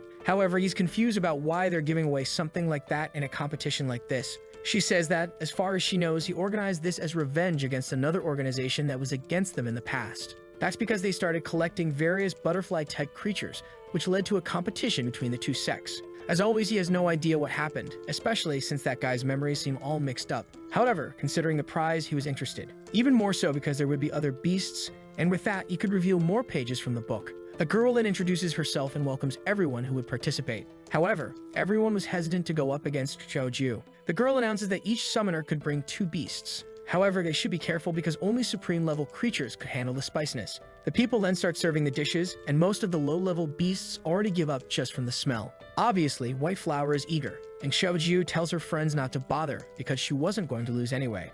She summons a pink butterfly. She knew that even here in the Twin Moon Order, this was a supreme rank and rare creature. However, she saw the guy across from her and wondered why he brought a mid-rank beast to compete. Apparently, he didn't know that if it ate too much of that item, it would end up dying. Su Liang noticed she seemed very determined to win. He would need to summon another creature, but it couldn't be the Crescent Star. If that was the case, he had a certain idea. The girl on the other side didn't understand who he was. The announcer then informs them they would have 10 minutes and tells them to begin. The pink butterfly grabs the first essence and swallows it all at once. Meanwhile, the other creatures, poor things, couldn't absorb it. White Flower was calmly eating one after another, and Xiaoju wondered if it was a supreme-ranked creature. However, it was ridiculous for him to insist like that, as he had no chance of winning this. 3 minutes later, most of the creatures had already fainted. Her butterfly was already full after eating 30 pieces. She asked it to keep going, but the poor thing was clearly not in its best state. She then wondered what that guy was doing. White Flower was eating calmly. The boy told her to stop trying so hard. Xiaoju was confused as to how that creature showed no signs of exhaustion. To win this, she would need 2 supreme-ranked beasts, but she couldn't keep both of them out for 5 minutes. The problem was that she wanted that Emperor Essence, so she wasn't going to give up. So she calls for the Green Moon Spirit. A creature appears on her back. It grabs the dish and starts devouring everything. The two were startled, and White Moon said that Beast would get diarrhea if it ate like that. Xiaoju was struggling to keep the creature in the field, but was certain she would win. The monster had already consumed 72, while White Flower had only 34. However, our boy felt that the time had come, and he called for the moon in the lake. A vortex formed above the dish. Everyone was confused, wondering what had happened. All the food there disappeared in an instant. Poor Xiaoju said that was impossible. However, the announcer said the results were in. Those two were the winners. The fool was devastated, not knowing what to do, and the announcer told Su Liang to follow her as she would deliver the reward. However, that was a little suspicious. Or maybe not. She just recognized that he was the Lunar King and handed over the essence. Our boy realized he had been recognized. She says that many already know he has a white deer pet. The item he receives is the essence of an extremely rare creature. He just needed to come into contact with it and take a snip from the bottle. With that, the girl asked what happened. What he releases is an Emperor-class Sky-type creature, the pink butterfly. He unlocks 50 chances to capture a new creature, and now just by seeing a lunar creature, he will be able to unlock the icon. Although we have taken this time to pamper White Flower, in the end, it was worth it. He then heads to the headquarters of the Twin Moon sect. Walking around and seeing the size of the structure, he realizes that this is the true respect of the title of Lunar King. Wherever he goes, everyone bows, until he crosses a portal. Upon opening his eyes on the other side, he sees a girl in the sky sitting on a moon. White Flower recognizes that as a supreme being, and Su Liang says that she's the one who controls the entire northern region. That was the curved moon of the blue sea. She turns around and says that apparently the Lunar King has finally changed his mind. She says that the festival was delayed by 3 years because of the answer he gave to Kang Yu. However, this is the kind of thing the older folks don't usually like. Our boy once again realizes that the promises of that cursed predecessor weren't helping. But he says he's there exactly because the Lunar Festival seemed about to begin. However, before that, he had a question. How is he going to win in this fight with the emperors? She questions why he's talking about this since he's strong. However, he responds, explaining that the Black Moon cult people will surely try to interfere with him. She tells him to stop joking because it's not worth wasting thoughts on such trivial matters. He realizes that no one knows he only won that day because a full moon suddenly appeared in the sky. Suddenly, a ring appears in front of him, and she informs him that it is a relic of the northern moon god. When he puts this ring on, the festival will finally begin. With that, the ring starts tapping on his finger. The poor guy realizes that the woman has a lot of confidence in him, and there's no way to avoid it. So he accepts with no other choice. Suddenly, a bunch of galaxies appear where he was standing. The representative had been chosen, and the ceremony would begin. However, the system detects something and says it will try again. The system explains that because he has the moon dome, he can choose to hide his identity in the festival. Su Liang wonders where he was teleported to. The system allows him to change his name, gender, and even appearance. However, the ranking couldn't be hidden, since the focus of this test was to make sure no one knew who he was. He would have to summon a creature that no one had seen before. So he chooses the curved moon of the blue sea. Suddenly, he is teleported again, and finds himself in a room with 3 thrones. From one of the doors, a girl enters, saying the moon would not fall, and the night would now become eternal. She sits on one of the chairs. Another girl enters, saying it's been a long time since she saw Miss Shogetsu, but she's excited as the festival is about to begin. Shogetsu seems not to respond, and a short girl approaches the last chair. She looks like she's dying of sleep. The girl with pink hair says it's been a long time since she saw the Queen of the West. The poor girl is struggling to climb the little steps, and as soon as she reaches the throne, she falls back asleep. But then another girl enters. Wait, weren't there only 3 thrones? Where is this one going to sit? It seems she was looking for a man because she saw only women and got angry. Shogetsu wants to know why an ice creature is at the moon festival, saying it would only ruin the purity of the place. The same girl responds that she has a relic of the moon gods, which is why she's there. Now, only one more person was missing, and the ice girl questions why he's taking so long. Another girl says the northern throne is usually occupied by the lunar king, and the little girl says the lunar king this time is a kid who caused a mess 3 years ago, until Claude appears. The poor women all get startled, and here comes our boy pulling this kind of stunt. Obviously, they're all confused, since they knew what the lunar king was supposed to look like. Out of nowhere, Su Liang had been turned into a gorgeous woman. Or maybe it wasn't him, right? We hope not. He or she sits in the chair, and the women wonder why it's not the lunar king there. Shogetsu says that if that's the case, then the people with the relic must have chosen this other person. Since the person in the northern seat has no connection, she's confused. I'm not sure if it's him with this body, or if the curved moon of the blue sea has taken control of him. Either way, he realizes that the power of the tone is stronger than the relic, as it's influencing everything in that place. They then comment that after 10,000 years, the festival would begin once again. A voice says that before the final battle, the moon gods wanted some entertainment. Each should choose a champion they trust, and before all the champions are dead, they cannot attack one another. The kings would be wiped out if they tried to participate in the fight between champions. Additionally, it was forbidden to use a supreme level creature. With that, the order is given for each participant to announce their champions. Now Su Liang is in a tough spot because he didn't want to summon creatures from the Twin Moon Order, as they would discover it was him. All the effort to turn into a gorgeous woman and disguise himself only to be exposed like that. The Ice Girl says it's a shame to have to reveal her trump card so early. Then she shows that the champion of the East will be a crimson butterfly of Emperor rank. Su Liang already knows that she probably has something even stronger hidden. Shogetsu from the central region summons another Emperor creature called Fallen Full Moon, and the Sleepy Girl says she's too lazy. She is the representative of the West and also summons an Emperor rank creature. Now it was just him and the girl with pink hair, and the voice says they have 1 minute to announce a champion or they will be disqualified. The best option would be to summon a creature that was an Emperor of the North, but he doesn't have anything like that. It would be even better if it was something related to him. Thinking about White Flower, he seems to have an idea. So he opens the lunar tom and says to spend 100 openings. After spending almost everything he has, he finds an ancestral Emperor-ranked creature. Its name is Cloud and Dreams. He obtains a lot of information about her. But that's not enough. He has to pay for more information, only has 5 seconds left. Finally, after spending everything he received, he gets the chance to use her in the festival. With that, he and the red-haired girl, who is Kang Yu, is competing with him in 3 years, stretch out their arms. It is announced that the champion of the North would be Cloud and Dreams, an Emperor-ranked creature. Kang Yu finds it strange since she expected something that belonged to the Twin Moon Order. Meanwhile, Su Liang is interested in something else. Kang Yu had summoned something with the same name as the Sheath of Frost Flower. The prefix was the same, so maybe that was what the Crescent Star was looking for. Now that the 5 champions have been chosen, the Moon Festival could finally begin. And with that, the teleportations began. At that moment, the girl who had been sleeping woke up and asked how he summoned Cloud and Dreams. She said that was impossible and was about to ask who he was. But right then, our boy vanished. He's back in the Twin Moon Order, and the curved moon of the Blue Sea calls for him. She asks if he felt that a few moments ago the festival had begun. The time for him to fight for the throne had arrived. He says he knows and that he will prepare, then takes his leave. She says goodbye, adding that the next time they meet, the festival will already be over. And he hopes that when that happens, his contract will also be complete. What she found strange was that he seemed to have asked her to finish off the Black Moon sect. It seemed the boy was confused about his own power, questioning the lunar Tom and fearing the emperors. This meant that his memory was finally returning and she wanted to see everyone's reaction. A red light rises into the sky from the middle of the city. The moon turns blood red.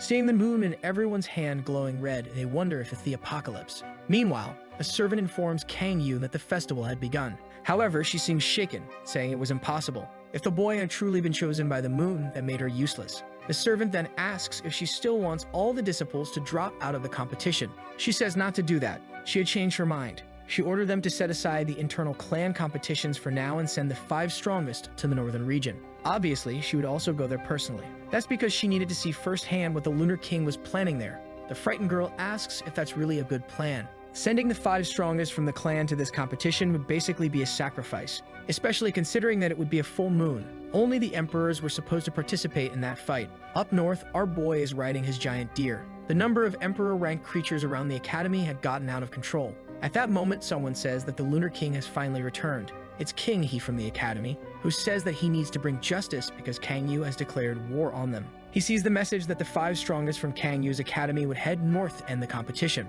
Our boy realizes that this declaration against the academy is actually a way to test him. He tells her not to worry, that he would send the Twin Moon order to deal with it. He needed to rest and just asked for a list of events that would happen. A few hours later, all the creatures were sleeping in bed. Meanwhile, our boy was reviewing the list. Although this festival was extremely dangerous, it still had benefits for him. The Spiritual Moon sect and the Fallen Moon sect were allies and were probably there just for fun. Other sects were extremely weak and he didn't even need to worry about them. The problem was the 5 Leaves sect. That's because their competitor was Shoujiu, who has 2 supreme rank creatures. Considering that the True Saints are even more powerful, he knows that maybe not even the Crescent Star would stand a chance. That was too much for the poor guy, who wasn't even sure how you would handle all of this. He already had 3 extremely strong creatures, so you couldn't say he was weak. However, it was quite different to have to fight multiple empresses at once. He's not sure if he'll really survive until the end of the festival. One of the few options was to strengthen White Flower with a fragment of lunar obsidian. Seeing her lying there, he wonders why she wears that necklace on her head until night. And to help her rest better, he decides to take it off. Clearly, there's some kind of transformation happening, and he says he's going to sleep. A while later, he wakes up. It's still very late, so he wonders why he woke up. Man, she transformed, and that's extremely dangerous for everyone. For him, for me, for you to help. The poor guy was still suffering from intense pressure, and obviously, he was on the verge of exploding. He wonders if she transformed because he removed that necklace. If she woke up and saw this situation, he'd be dead. Man, he's saying that, but he's still getting closer. And the boy keeps approaching, not even sensing the danger, until she starts to open her eyes. And she's confused when she sees the situation. Su Liang makes a dumb face, not knowing how to explain. He starts stumbling over his words, trying to say something. But the poor girl is all confused, not understanding what's going on. That's when she asks where her necklace is. He realizes that now she knows he did it, and he's screwed, so he sends it on the table. She clearly didn't like that, but in a surprisingly calm reaction, she doesn't seem too bothered. She lies back down and he asks if she's not mad that he took off the necklace. She says that when she wakes up, she'll put it back on, so there's no reason to be mad. What she doesn't understand is why he seems so nervous. Did something happen? He says it's just that he's a little embarrassed in this situation. She's still confused, wanting to know why he's embarrassed. Our boy realizes that she spent 99% of her life as an animal, so she's used to not wearing anything to cover her body. She then tells him to answer quickly because she's dying of embarrassment. He says that she was already beautiful, but her human form was so stunning that he was having trouble hiding what he was feeling. And then it clicked for her too. At that moment, she starts blushing, feeling completely flustered. But now we skip to the next day. The sun shines on her face and she wakes up. Our boy tells her to get up. Apparently, she's already gotten used to it, but she's still a bit confused. She says that he always seemed extremely tense, like he was nervous when seeing her. But this morning he seemed relaxed and happy. Our boy says she's right. After all, until now, he's been pretending to be the Lunar King, dying of fear of being exposed. But last night, he realized something. So he thanks her, saying it was she who made him calm down. The poor girl still has that dumbfounded look on her face, but he says it's time for them to start getting ready for the Moon God Festival. Maybe he's found a way to beat the Emperor. She's happy they're going out, so that's enough for her. He tells her to at least put on some clothes. On top of the mountain, he says he wants to ask her something. He talks about the necklace she's wearing and asks if it's what makes her return to that form. After all, when he removed it, she seemed very serious about knowing where it was. She says it's because it was left by her mother, and that's why she doesn't want to lose it. The transformation was caused by a full moon that's coming, and it had nothing to do with that necklace. The poor guy gets all confused. She then asks why he brought her there and how he's planning to beat the emperors. He explains that they are at the highest tower of the event, where they can even see the elimination area, and that's where he's going to face the emperor. She says she understands, but at the moment, there doesn't seem to be an emperor, so how is he going to train? He says he's going to start a test since he's the lunar god and can communicate with the gods. And then he summons the shimmering butterfly, which immediately flies off in that direction. She questions what kind of test this is since he only summoned a weak creature. But he tells her to look again. A bunch of butterflies had gathered around. That's because the shimmering butterfly's main trait is that it can attract others. This means he can create a storm of butterflies and no one will know which one is his. White Flower stretches to get a better look. Suddenly, there's an explosion of light and they all disappear. She then turns and asks Su Liang what he did. He says it's a secret for now, but during the full moon night, she'll find out. She gets mad because this Dan Alley is keeping secrets. She says that if that's the case, she won't sleep next to him until he tells her. But at that moment, the system signals that he made a contract with multiple creatures. Apparently, he had signed contracts with anywhere from 1 to 1,017 shimmering butterflies. He knows this is the most overpowered part of having access to the lunar tongue. Considering this, he knows he's far from reaching the limit of the strength he can have. And if he's favored by the gods, maybe by showing a miracle, they'll appear themselves. Meanwhile, White Flower is just watching, angry from the sidelines, until she hears someone asking what kind of smelly, messy place this is. Observing, she says that not finding a 3-star tamer here is embarrassing. These are the girls sent by Kang Yu to wipe everyone out. The red-hooded girl tells her not to criticize the Empress's decisions because she must have her reasons for sending them to such an insignificant place. The blonde says she knows, but it's such a hassle to be there, until she catches someone looking at her. The poor girl trembles instantly. She noticed there was a creature with a much higher level than hers staring at her. While she was disheartened, another red-haired girl said she felt something too. It wasn't an enemy they could deal with. It was probably the strongest being in that place, so it would be better not to get involved. Meanwhile, White Flower was bored up on the top of the tower. Our boy, however, was impressed that Kang Yu had sent so many people with supreme-level creatures. White Flower explains that he has no idea how rare this type of event is, which is why she's investing so much. He sees that she's not very happy and asks if she's still mad. She just turns her face and he says they should make peace. But the poor guy is being ignored, so he decides to pull a prank. Since she wanted to act like that, he was going to have to use his ultimate move. He starts pretending to call out to people, saying he knows of a deer who enjoys some very peculiar series. She gets mad and tells him not to say that to anyone. He asks what's so wrong with the stories she reads that no one can know. She tells him to shut up and that if anyone else finds out, she'll take her own life. He tells her to calm down and says she should come closer because he wants to know why. He tells her to stop asking questions and get closer, or he'll tell everyone. At that moment, the poor girl realizes she has no choice. She's a little embarrassed, stalling, and slowly she starts approaching. Our boy says he was just kidding, but it's too late. She launches a deadly attack. Miraculously, she falls to the side. Or maybe not so much to the side after all. Actually, the side doesn't matter because she sorted things out anyway. She leans in and whispers something in his ear that we don't get to hear. Then she pulls away, but the warrior is trembling a little, and she tells him to stop trying to take advantage of others like that. It's ridiculous. She says she's tired of him and is going back to the Moon Pavilion. He better not even think about visiting her there anymore. With that, she disappears right in front of him. Our boy feels dejected because she said a bunch of things to herself, ran off, and vanished just like that. He thought that threat was dumb, and what he didn't notice was someone approaching. What he still couldn't understand was how her shyness really worked. That's when the girl behind him asks if she's interrupting anything. She's the second seat known as White Rabbit from the Twin Moon Order. Su Liang tells her she can say why she's there while silently thanking that White Flower ran away at the right time. The girl says they managed to severely injure the Black Moon sect, but they got away. He thanks her and says that on the full moon, everything will be settled. He already figured it wouldn't be easy to deal with an organization with such a long legacy. So he calls for the moon in the lake. It begins to emerge in front of him, and from within it, the crescent star appears. He then speaks to the crescent star, saying they should make a deal. He wanted her to lend him her power on a full moon night. In exchange, he would provide information on where her sheath was. At that moment, she seems to sense something, and her eye slowly begins to open. As soon as she becomes conscious, an enormous light radiates from the top of the tower. The people from Kang's sect are all terrified, wondering who's at the top of that place. The crescent star grabs the lance, and the transformation is finally complete. Seeing that she didn't kill him, he imagines that it was a yes. He then spends 30 points from the tome to gather information about the creature of his sheath that Kang summoned at that meeting. As always, the book starts searching for something. However, it warns him that due to insufficient authority, some information will be hidden. He wouldn't be able to obtain details about the creature called Frost Flower. The only thing he knows is that it is the sheath of the crescent star, one of the 7 sacred weapons of the past. The seven were the greatest creations of the past and beast-type weapons. Each one possessed a different core ability that allowed a master to advance to the next level. A long time ago, the Crescent Star was separated from Frost Flower during a battle in the east. But the system gives a warning. He would need to form a true contract with an Emperor-ranked creature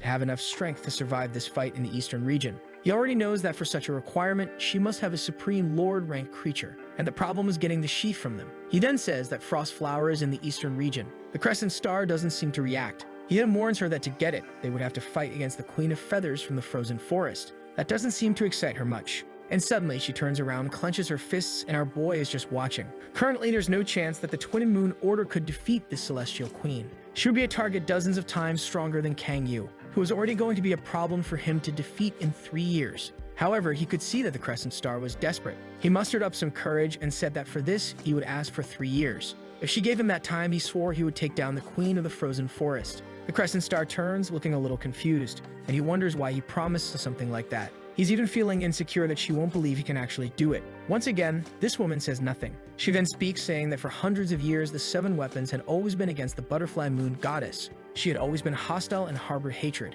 However, she senses honesty, and for a moment, she was happy that he had allowed her to dream. At that moment, our boy is boiling with rage. This damn woman had been pretending to be mute but knew how to communicate the whole time. All that time she spent dancing and ignoring him was apparently just out of spite. However, he decides to let it go, since what's done is done.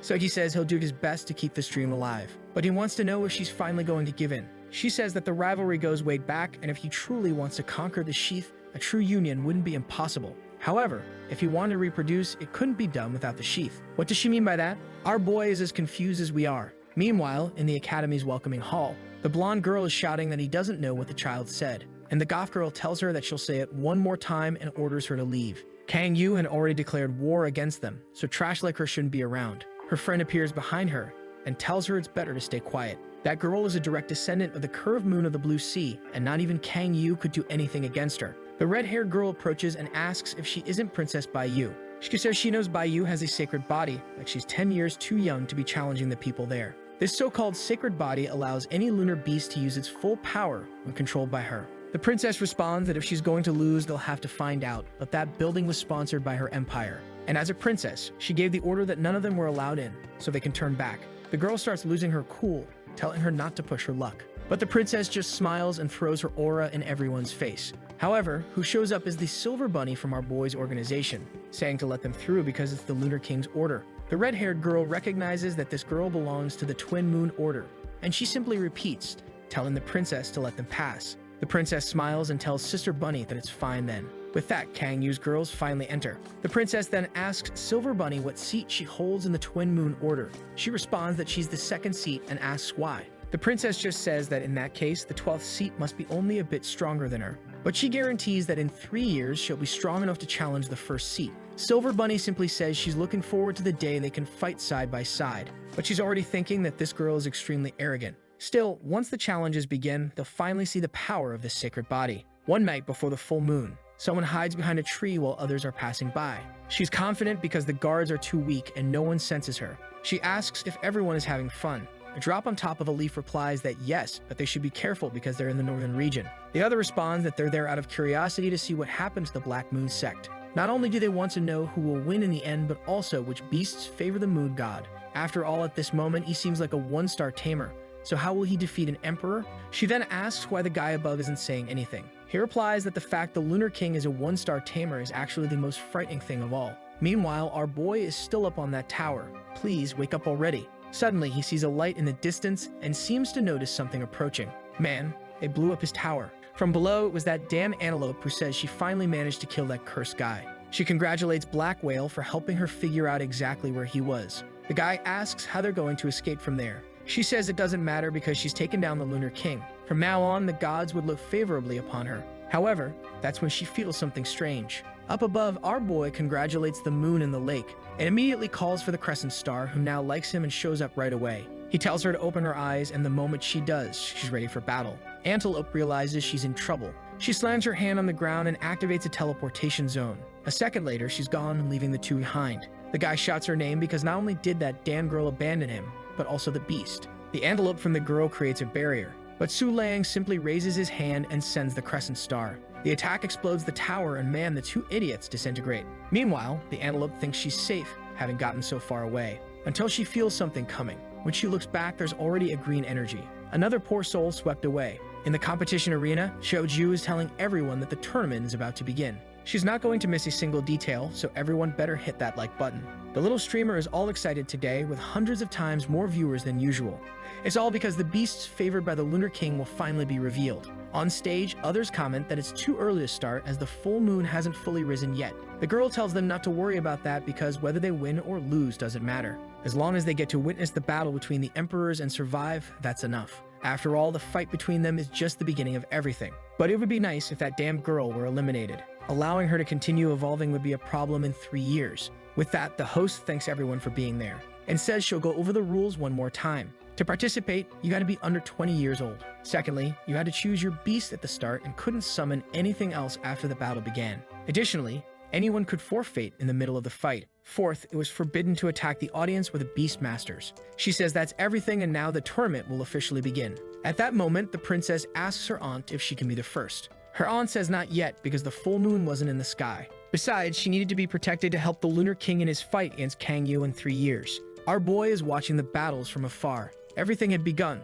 but the real threat wasn't there yet. He can sense that some Emperor-ranked beings are approaching, and that's the real problem. They were probably coming to observe his fight against the Black Moon sect. The Crescent Star then asks if he can feel it. He asks if she's talking about the Emperors. She says it's something much more important. The moon gods were watching his every move. Meanwhile, in the arena, there's an explosion happening. An alligator roars upwards. The poor guy is feeling sad that his favorite beast was annihilated. The blonde is practically falling asleep, saying these fights are getting too boring. She asks how many fights have already taken place and whether it was time for something high-level to join in. Her friend explains that this was the 5th fight. She stretches and says they're wasting time there. Since these fools weren't going to make a move, she would start. With that, she jumps into the battlefield and asks if anyone from the Bu Empire is willing to fight her. The princess on stage is furious, but her aunt tells her it's not time yet and that she should stay still. However, she doesn't care and jumps anyway. The aunt repeats that it's too dangerous, but the princess says it's fine, she just wants to kill some time. Besides, she knows the Black Moon will arrive soon,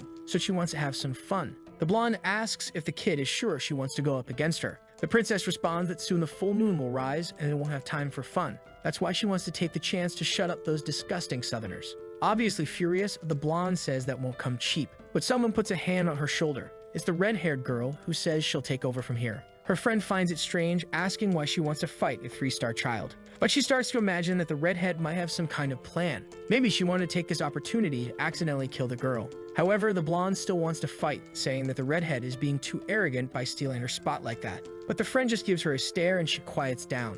The redhead knew something was off about that girl. She needed to ensure that none of the 5 were eliminated at this stage, so that's why she decided to step in. The princess says it was a smart choice, since it would have been boring to beat someone as weak as that. At least now they could have fun for a little longer. The redhead then begins summoning her creatures. A supreme-ranked lunar pearl spirit, a supreme-ranked floating water creature, and another supreme-ranked creature simply named Leaf. She then tells the princess to hurry up and summon her creatures, or was she planning to flee the competition? The princess says her companion is a bit constipated, so it might take a while. Everyone is confused by that statement. The redhead says that's fine, she can take as long as she needs. The entire audience is watching eagerly. Suddenly, the princess shows a pill and pops it into her mouth. The blonde says it must be some kind of drug and that she's cheating. However, the redhead knows it's not a performance-enhancing pill, but a cultivation pill. The girl says that would only make sense if she was about to evolve, and that's when the princess opens her eyes. At that exact moment, she advances to 4 stars. The blue-haired girl says that now she can probably use her beast's full power, but even that wouldn't be enough to beat the redhead. However, the princess says that's already enough. Suddenly, 2 lights burst from her. The radiant moon's soul and the sound of the crescent moon. The redhead asks if she really thinks she'll win with those creatures, and warns that no one from the Empire will interfere in the fight. The princess pauses for a second and starts laughing, saying the redhead is hilarious. It seems the Southerners know nothing about the sacred body, but that's about to change very soon. In that instant, the creature beside her disappears, and in the same second is face to face with the redhead. And man, she's about to take a hit right in the face. A small explosion shakes the entire arena. The blonde wonders how she didn't even see the movement. Her friend tells her to calm down a bit, the fight had just started. Obviously, it wasn't going to be that easy. The redhead easily protected herself with her plant creature. The princess's creatures seemed to get annoyed, and unleashed another series of attacks. The noise was so loud that people were covering their ears, but the opponent only wanted to know if that's all she had. Suddenly, the giant pearl appeared in front of her. It launched a direct attack. Man, the poor princess got hit in the stomach, sent flying, smashing the ground to pieces. Before she could get up, she got hit again. Her other creature was closing in from above, but the princess's creature reacted and jumped toward it. Strangely, the other creature stretched out an orb that reflected the princess's image, and then suddenly, it exploded at the tip of her finger, dealing a direct blow to the stomach. With that, the poor girl collapsed to the ground, defeated. Everyone says it was a brutal loss. The blonde says that's the power of the Peach Moon Saint. Clearly, the princess didn't stand a chance. At that moment, a bubble surrounds the princess. The Peach Girl says the fight is over. However, the damage she caused seems to rebound directly onto her. An explosion hits her, and she staggers back, wondering how the damn girl managed to reflect the attack she was going to use to kill her. Worst of all, her creature didn't seem able to defend against it. The poor girl is all worried, not knowing what to do. She moves closer and casts a power that starts healing her bit by bit. With that, she's finally restored. Her friends breathe a sigh of relief. Now she knows the bubble attack won't work. So for now, she'll have to rely on the pearl. Its power was explosive and fast, so it was hard to stop. But suddenly, the mermaid on the ground starts moving.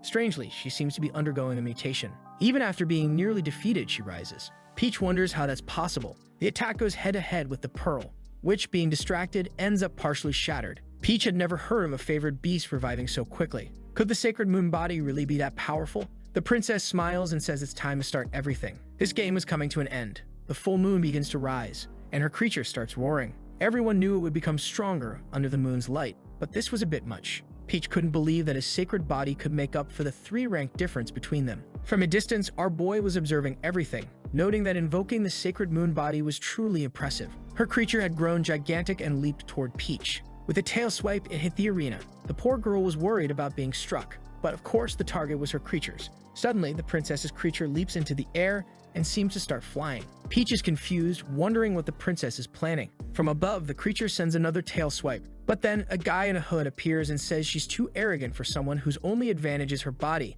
After all, at this level, she shouldn't even be interfering in this fight. He stretches out his hand, and immediately, a lightning bolt strikes, frying the poor girl. She writhes in agony until the princess's creature falls. The girl is saddened since the time was coming to discover what the Lunar King's secrets were. Then she realizes that not only her phone, but everyone else's phones stop working. Suddenly, a strange bunny appears in the arena, and right away it slaps with its ears. The guy shouts the name of Tinta, and a black wall rises to the sky. Suddenly, a similar, but supreme-ranked bunny appears in the middle of the arena. He says to the protagonist bunny that she looks like a lunar rabbit, but seems a little different. He wants to know if she's male or female, and if she can talk. Seeing that she can't communicate, he says it won't be much fun. Then something starts forming in his stomach. With his ears, he pulls out 2 spike balls. The bunny lets out a roar, and in the same instant, leaps toward him. But man, here comes the attack. It strikes, and the poor bunny is hit hard in the stomach. My friend, she was blasted far out of the arena. The guy, excited, says they're getting closer. Meanwhile, our boy is just hanging out with his butterflies.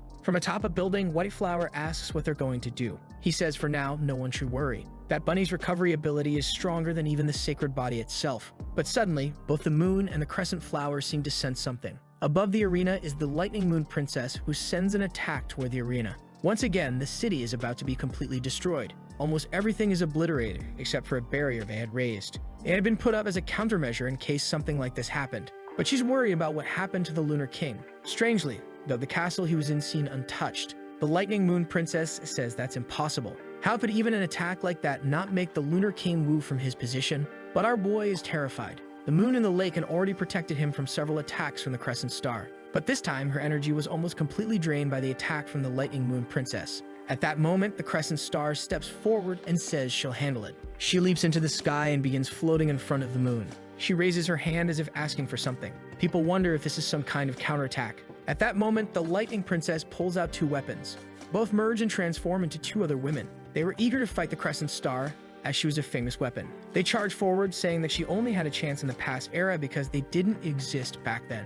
But just then, a sparkle appears on her face, and the fools are wiped out in an instant. The battle had barely begun, and 2 supreme-ranked creatures were already eliminated. The hooded guy spits a little blood, realizing it wasn't going to be as easy as he thought. That's when he sees something forming above everyone, and the Thunder Princess raises a shield. Once again, the attack from the Crescent Star begins tearing up the ground. Chaos is spreading everywhere, and it's raining heavily in the area. The people on the stage are quite calm. Half the terrain had been decimated. Suddenly, the attack stopped. and the blade that was in the sky turned toward the crescent moon. Su Liang was impressed, especially since he hadn't even seen her power combined with the sheath. Peach realized that if he dealt with 3 members of the Black Moon Association so easily, it probably wouldn't be easy for Kang Yu either. Meanwhile, the princess was being pulled from the stage, saying that the Lunar King was truly incredible. However, the Crescent Star tells Su Liang that he shouldn't get distracted, because even that powerful attack can only be used once more under this full moon. He gets excited and says that being able to use it again is already more than enough. He then tells White Flower that it's her turn to step into the field and buy as much time for the team as possible.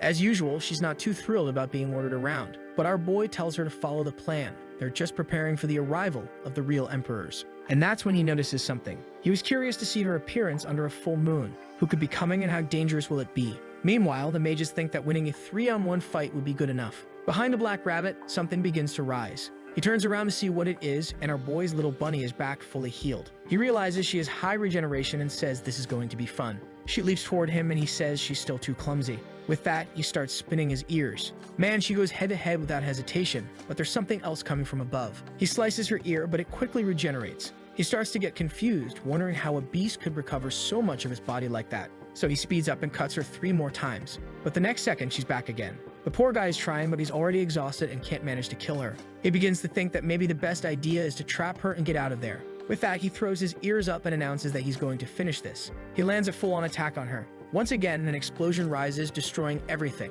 Peach is impressed that the ground had been torn apart, or rather, he had dug a hole. The excited enemy says that now, with kilometers of distance underground, she won't come back. Meanwhile, our boy is impressed with the strength of his bunny. But now that she's been buried, he's unfortunately going to have to call for the Crescent Star. However, that's when he notices something strange. The ground in front of the Black Rabbit begins to tremble. And look who's back from the hole. Man, she's looking a little purple, isn't she? The enemy realizes she's evolved into a mid-level rabbit. He'd never heard of a creature being able to change species like that out of nowhere. What? In our boy's book, it says that exposure to or fluctuations in emotions can speed up evolution. That's when he realizes that she'll keep getting stronger as time goes on. However, the other creature isn't thrilled, saying he'll never fight equally with such a weak lunar rabbit. He charges at her and delivers another ear strike, but this time it lands cleanly and does no damage. Now he realizes that she's truly become much stronger than before. He decides to throw himself at her to finish things once and for all. But man, something cut the guy. She sent a small explosion with her ear that wiped everything out. From a distance, the hooded man is in bad shape, with even his ink dissolved. When someone approaches, he's startled. I'm also getting scared. Look at the danger coming. On the full moon night, White Flower arrives. Thankfully, she follows YouTube guidelines, and the guy is shocked that he has a humanoid beast. Now he knows who took down that water emperor from before. The gigantic Thunder Princess casts some spells, but White Flower easily defends herself with a shield. The hooded man says that since she's alone, she might as well give up. But White Flower just tells him to stop talking nonsense. She's only there to make him summon his last creature, so he should stop stalling. But the guy unrolls a scroll and begins to unravel it. He warns that he can obtain the ultimate technique of every creature he defeats. At that moment, she would have to face more than 10 supreme beings. And after that, they'd figure out which one she would replace. But White Flower just says he's noisy and that she'll show what she's capable of. She raises her arm and announces that the move can only be done under a full moon. Here comes another flash of light, or maybe not. She changes form to the Princess of the Clouds and draws 2 katanas. The woman already realizes those are Imperial weapons. White Flower stared at her for a second, and in the next, she was already behind her. Man, that strike must have hit clean. The poor woman was completely sliced up, and poor Peach couldn't even see the movement clearly. Truly, the power of the Cloud Empress was much more terrifying than she had imagined. It turns out the shield of that wretched mage who never dies was what was destroyed. She then says that based on the dissipation, it must be a creature that negates damage. The scroll flies back and tells her not to get too confident. And then he summons the shining winged butterfly. That seems to impress White Flower, and suddenly a barrage of lights rushes toward her. She easily dodges the first attack, but it ricochets and comes from behind. With that, the poor girl's outfit is cut. Thankfully, we're still family friendly. But suddenly, everything explodes in the sky. She appears behind the scroll and asks if he's going to use those mediocre techniques again. The poor guy wants to know what happened, but White Flower just tells him to stop relying on those with less power than him. And now she cuts the scroll for good. Surely it's dead this time. Once again, the hooded man laments his defeat. White Flower says that if he'd have followed the initial advice, he wouldn't have suffered so much. He realizes he was wrong to think he could defeat the Lunar King, and then he tells the Lunar Palace to sign the transfer contract. Meanwhile, the fox girl with her water drop is watching everything. The drop says that the girl will become the next snow queen. The fox, however, says it's impossible for someone like her to become an ice queen. Suddenly, an aura rises. Man, the entire city is being swept away. Our boy is being carried by the butterflies. White Flower was thrown back. He asks if she's facing an emperor, and she says she's not sure. But one thing's for certain, this person is already halfway to becoming one. Suddenly, a giant green orb appears in front of her. From inside, a foot begins to emerge. A lazy girl steps out. Both Peach and the fox seem to recognize her as a warrior from the Supreme Palace. They're all wondering why the Black Moon would summon something like that. The system alerts that the moon of the palace has a high concentration of Emperor's blood, and it's the strongest in the supreme rank. The princess says that woman is shameless, and all of the Twin Moon Order would have to take her down together. She seems quite lazy, until she suddenly notices something. The Thunder Girl asks what's wrong, and she says that the moonlight there isn't normal. Also, there were tuning glowing butterflies, which also didn't seem natural, considering they were in the northern region. The guy asks what she means by that. He says it doesn't matter, half the butterflies are here, but it won't make a difference. The important thing is the opponent in front of her, whom she recognizes as White Flower. She prepares a power in each hand, and suddenly claws appear in their place. White Flower just gets ready without saying a word. She vanishes immediately, and the two collide above the arena. While they zigzag back and forth, no one can even see what's happening. People are amazed that White Flower is actually going head-to-head with her, and Su Liang had no idea she could handle so much intensity. This was a supreme-level battle on a scale he had never seen before. This kind of thing, humans like him couldn't even intervene. As soon as White Flower hits the ground, the woman prepares an explosion and sends a barrage of green light. The poor thing looks clueless, not knowing what to do. And man, she's swept away. What is this, my friend? She cut the mountain in half. It seems she shifted into her spiritual form and just barely dodged.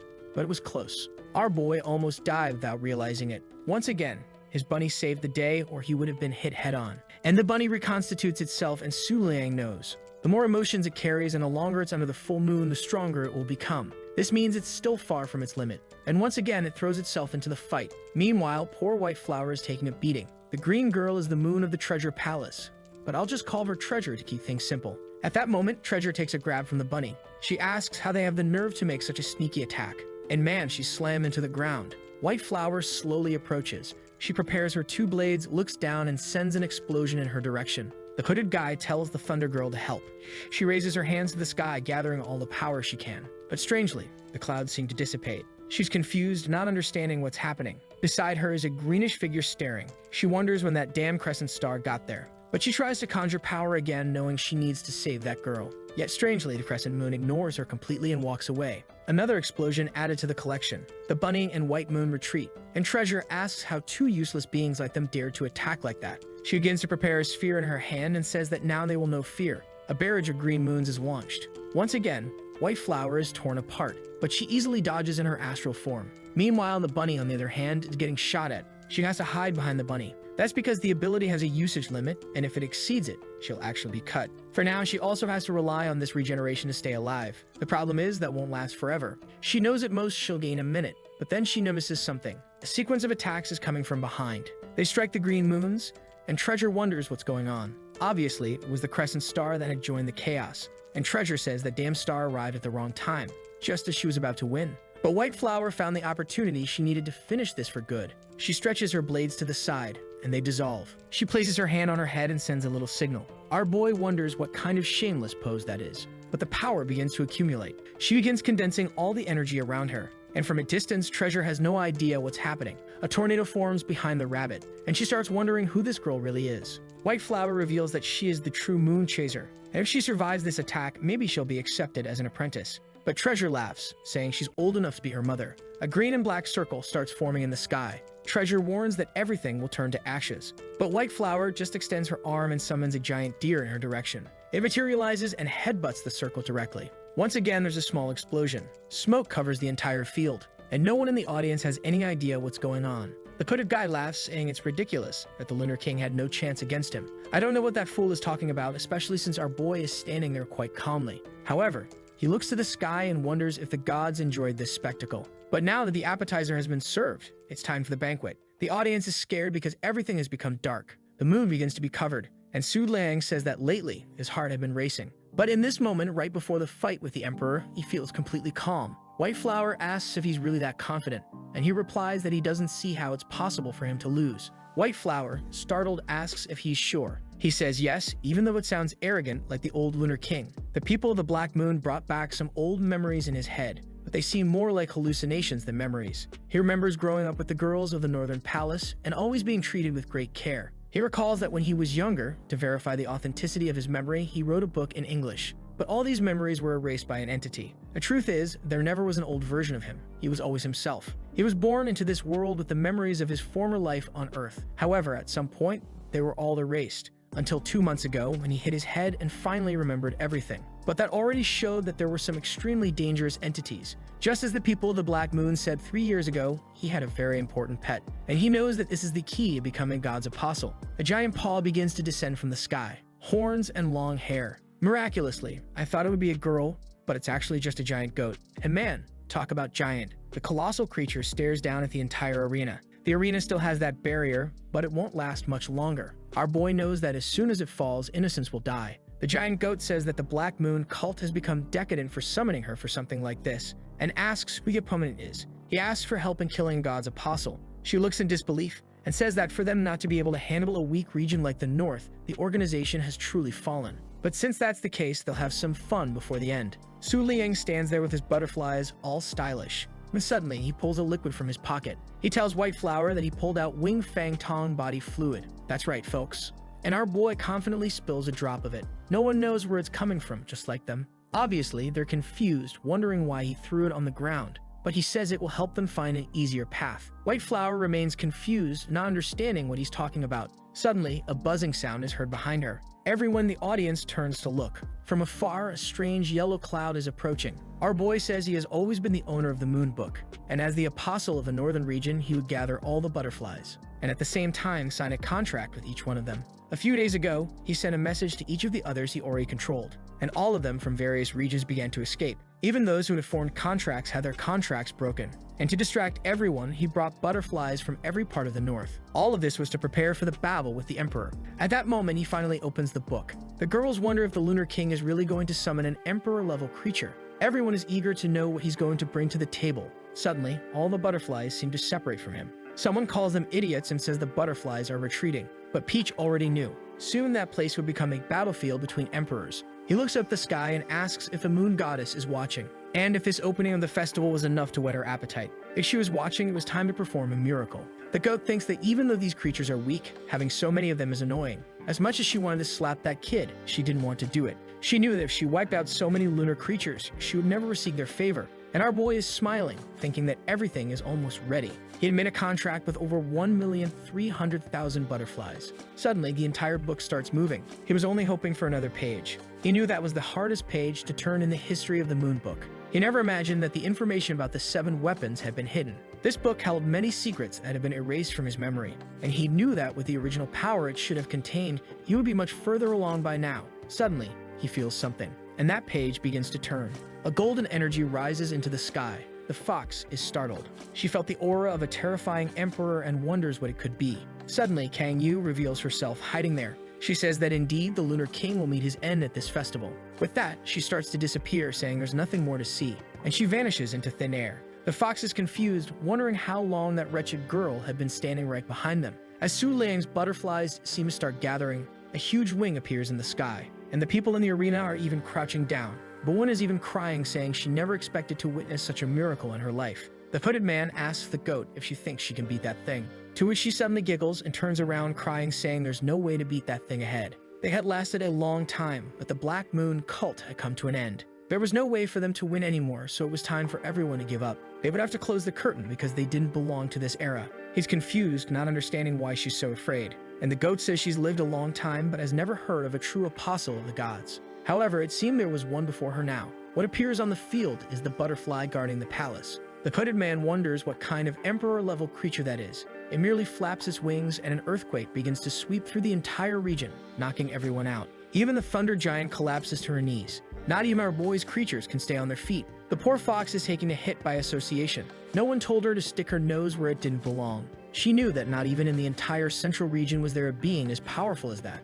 And man, if that goat was gigantic, that creature was the size of a planet. The poor goat just says it's an honor to die this way in this life. Standing there, facing it, saying that after her death, She hopes to become a part of the moon's light, so that she may exist in all the generations to come. Man, I think she's really been swept away. Meanwhile, the two fools and the protagonist are unconscious on the ground. It seems the boy is regaining the memories of truly being the lunar god, and that scene reminds him of something that had already happened. 3 years ago, he had devastated everything, and apparently, nothing had changed. Back then, he was already called the Lunar King, and this time, the events didn't make him lose his memory. That means summoning this creature wasn't related to that. He then begins to worry about the disaster he caused. The entire barrier had been destroyed. However, it seems that everyone had only lost consciousness, so most likely the moon and the lake managed to protect them one last time.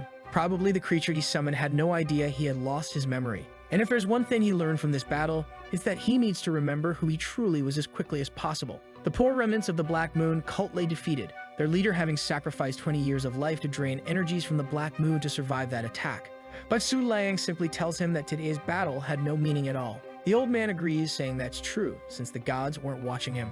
Our boy asks why he threw his life away like that. Was he hoping that festival would restore his energy? The old man pauses and laughs, telling the Lunar King not to ask something so ridiculous. He was also a member of the Moonlight Clan, so it wasn't strange that he wanted to surpass the strongest person of this generation. As long as he had the chance to win, he wouldn't give up his life. It was just a pity that all of this was a farce by the gods, as the gap between them was far too great. Our boy then asks why he tried so hard to please the gods. He should forget about all of that and think that at least today's battle had been fun. The old man asks if he had really enjoyed it as well, and if he had been strong enough to at least give him a bit of a headache. Su Liang says yes, he gave it his all in this battle. And now that it's all over, he had no reason to insult the man anymore. The old man fades away, saying it was good to disappear with these comforting lies. And then he tells Su Liang to remember what he's about to say because it's related to his memory loss. In the battle from the past, he had also summoned the Palace Guardian, which was the 8-winged butterfly. The fight that day erased 1/3 of the entire northern continent. But strangely, no one wondered what had happened. It seems everyone forgot what occurred that day. He mourns that what happened back then was clearly not something simple, and he says Su Liang should start taking care of himself. The plans the gods had for him were far more unpredictable than he thought. With the end of that man came the end of the Black Moon cult. However, Su Liang wasn't feeling happy. The memory loss he suffered had nothing to do with the Black Moon cult, and that existence that caused the disappearance of 1/3 of the North was far beyond his reach. He clenches his fists but quickly relaxes. At this moment, there was nothing he could do about it. Strangely, his heart felt heavier than ever, even though the crisis had been resolved. But perhaps, even for a short period, he could relax a bit. And with that, he faints in the middle of everyone. A few hours pass, and the fox says it's crazy that just the distant energy caused them all to pass out like that. The only downside is that they must have missed the end of that fight. But then she notices something that changes her expression. There was a giant deer above the skies, glowing. The little bunny was also walking on the clouds, and she asked the current sky goddess what she thought of the spectacle she put on. The opening she created during the fight had been spectacular, but the deer tells her not to interfere with the Moonlight Festival anymore, and that from now on, she would no longer be free within the Northern Territory. The little bunny stays silent for a second. Then she changes her expression, saying that the deer is cruel. She starts walking away, saying she misunderstood and that she never interfered in that festival. After all, the person who won was the boy with the moon god's book. And at least now, there was no need to worry about finding another perfect candidate. Sometimes I get confused by this story too. But I think these are two gods above the moon discussing what happened down below. That great deer is the current great goddess, who's just staring down at poor White Flower, unconscious on the ground. She sees our boy with his arms wide open like a fool, and she lets out a small smile. Half an hour passes, and that fox, who's just there as a spectator, is impressed she saw gods right in front of her. She finally explains that the deer is the one who created the 7 legendary weapons. Her name was Calamity of Pure White, and she hadn't been seen since the last time the festival took place. It seems the bunny and the deer are enemies wherever they come from. The little droplet says those beings would never care about them.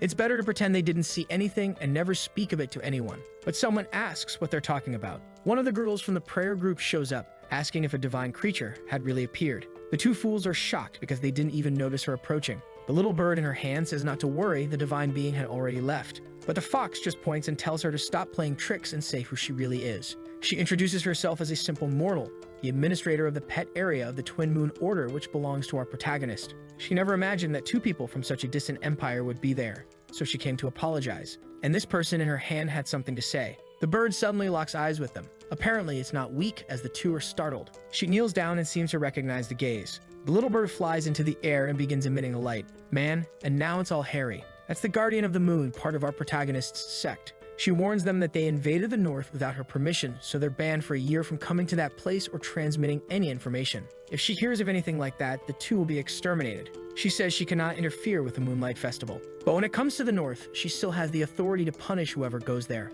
Now it makes sense why her name included Sagittarius. Man, her strike created a futuristic weapon with constellations. But alright, she kicks with an impact. I thought it would hit those poor folks in the fight, but no, it hit the Moon Goddess Palace. The place as always is swept clean, and the old ladies are all scared. But the guardian of that palace also appears. She asks Sagittarius to calm down, saying the Moon Goddess Palace had no ill intentions toward her. And then she asks who gave permission for that wretched girl to leave and cause trouble. At that moment, the princess from the beginning shows up. Someone says the fourth concubine will be expelled in 3 days, and she just says yes. Apparently, she was the fourth concubine because she was already in some abandoned ruins. Sometimes I don't understand what's going on either. The place exploded, the girl left, and she got expelled. Who knows? Looking at a picture of the girl, she wonders why they say the northern part doesn't exist. She wanted to know what happened 3 years ago and if he already had an answer. The famous Su Liang, Moon God, and her nephew. Our girl, who's still unconscious in the arena, starts to wake up. He opens his eyes and finds himself in a strange sky where he's supposed to receive his rewards.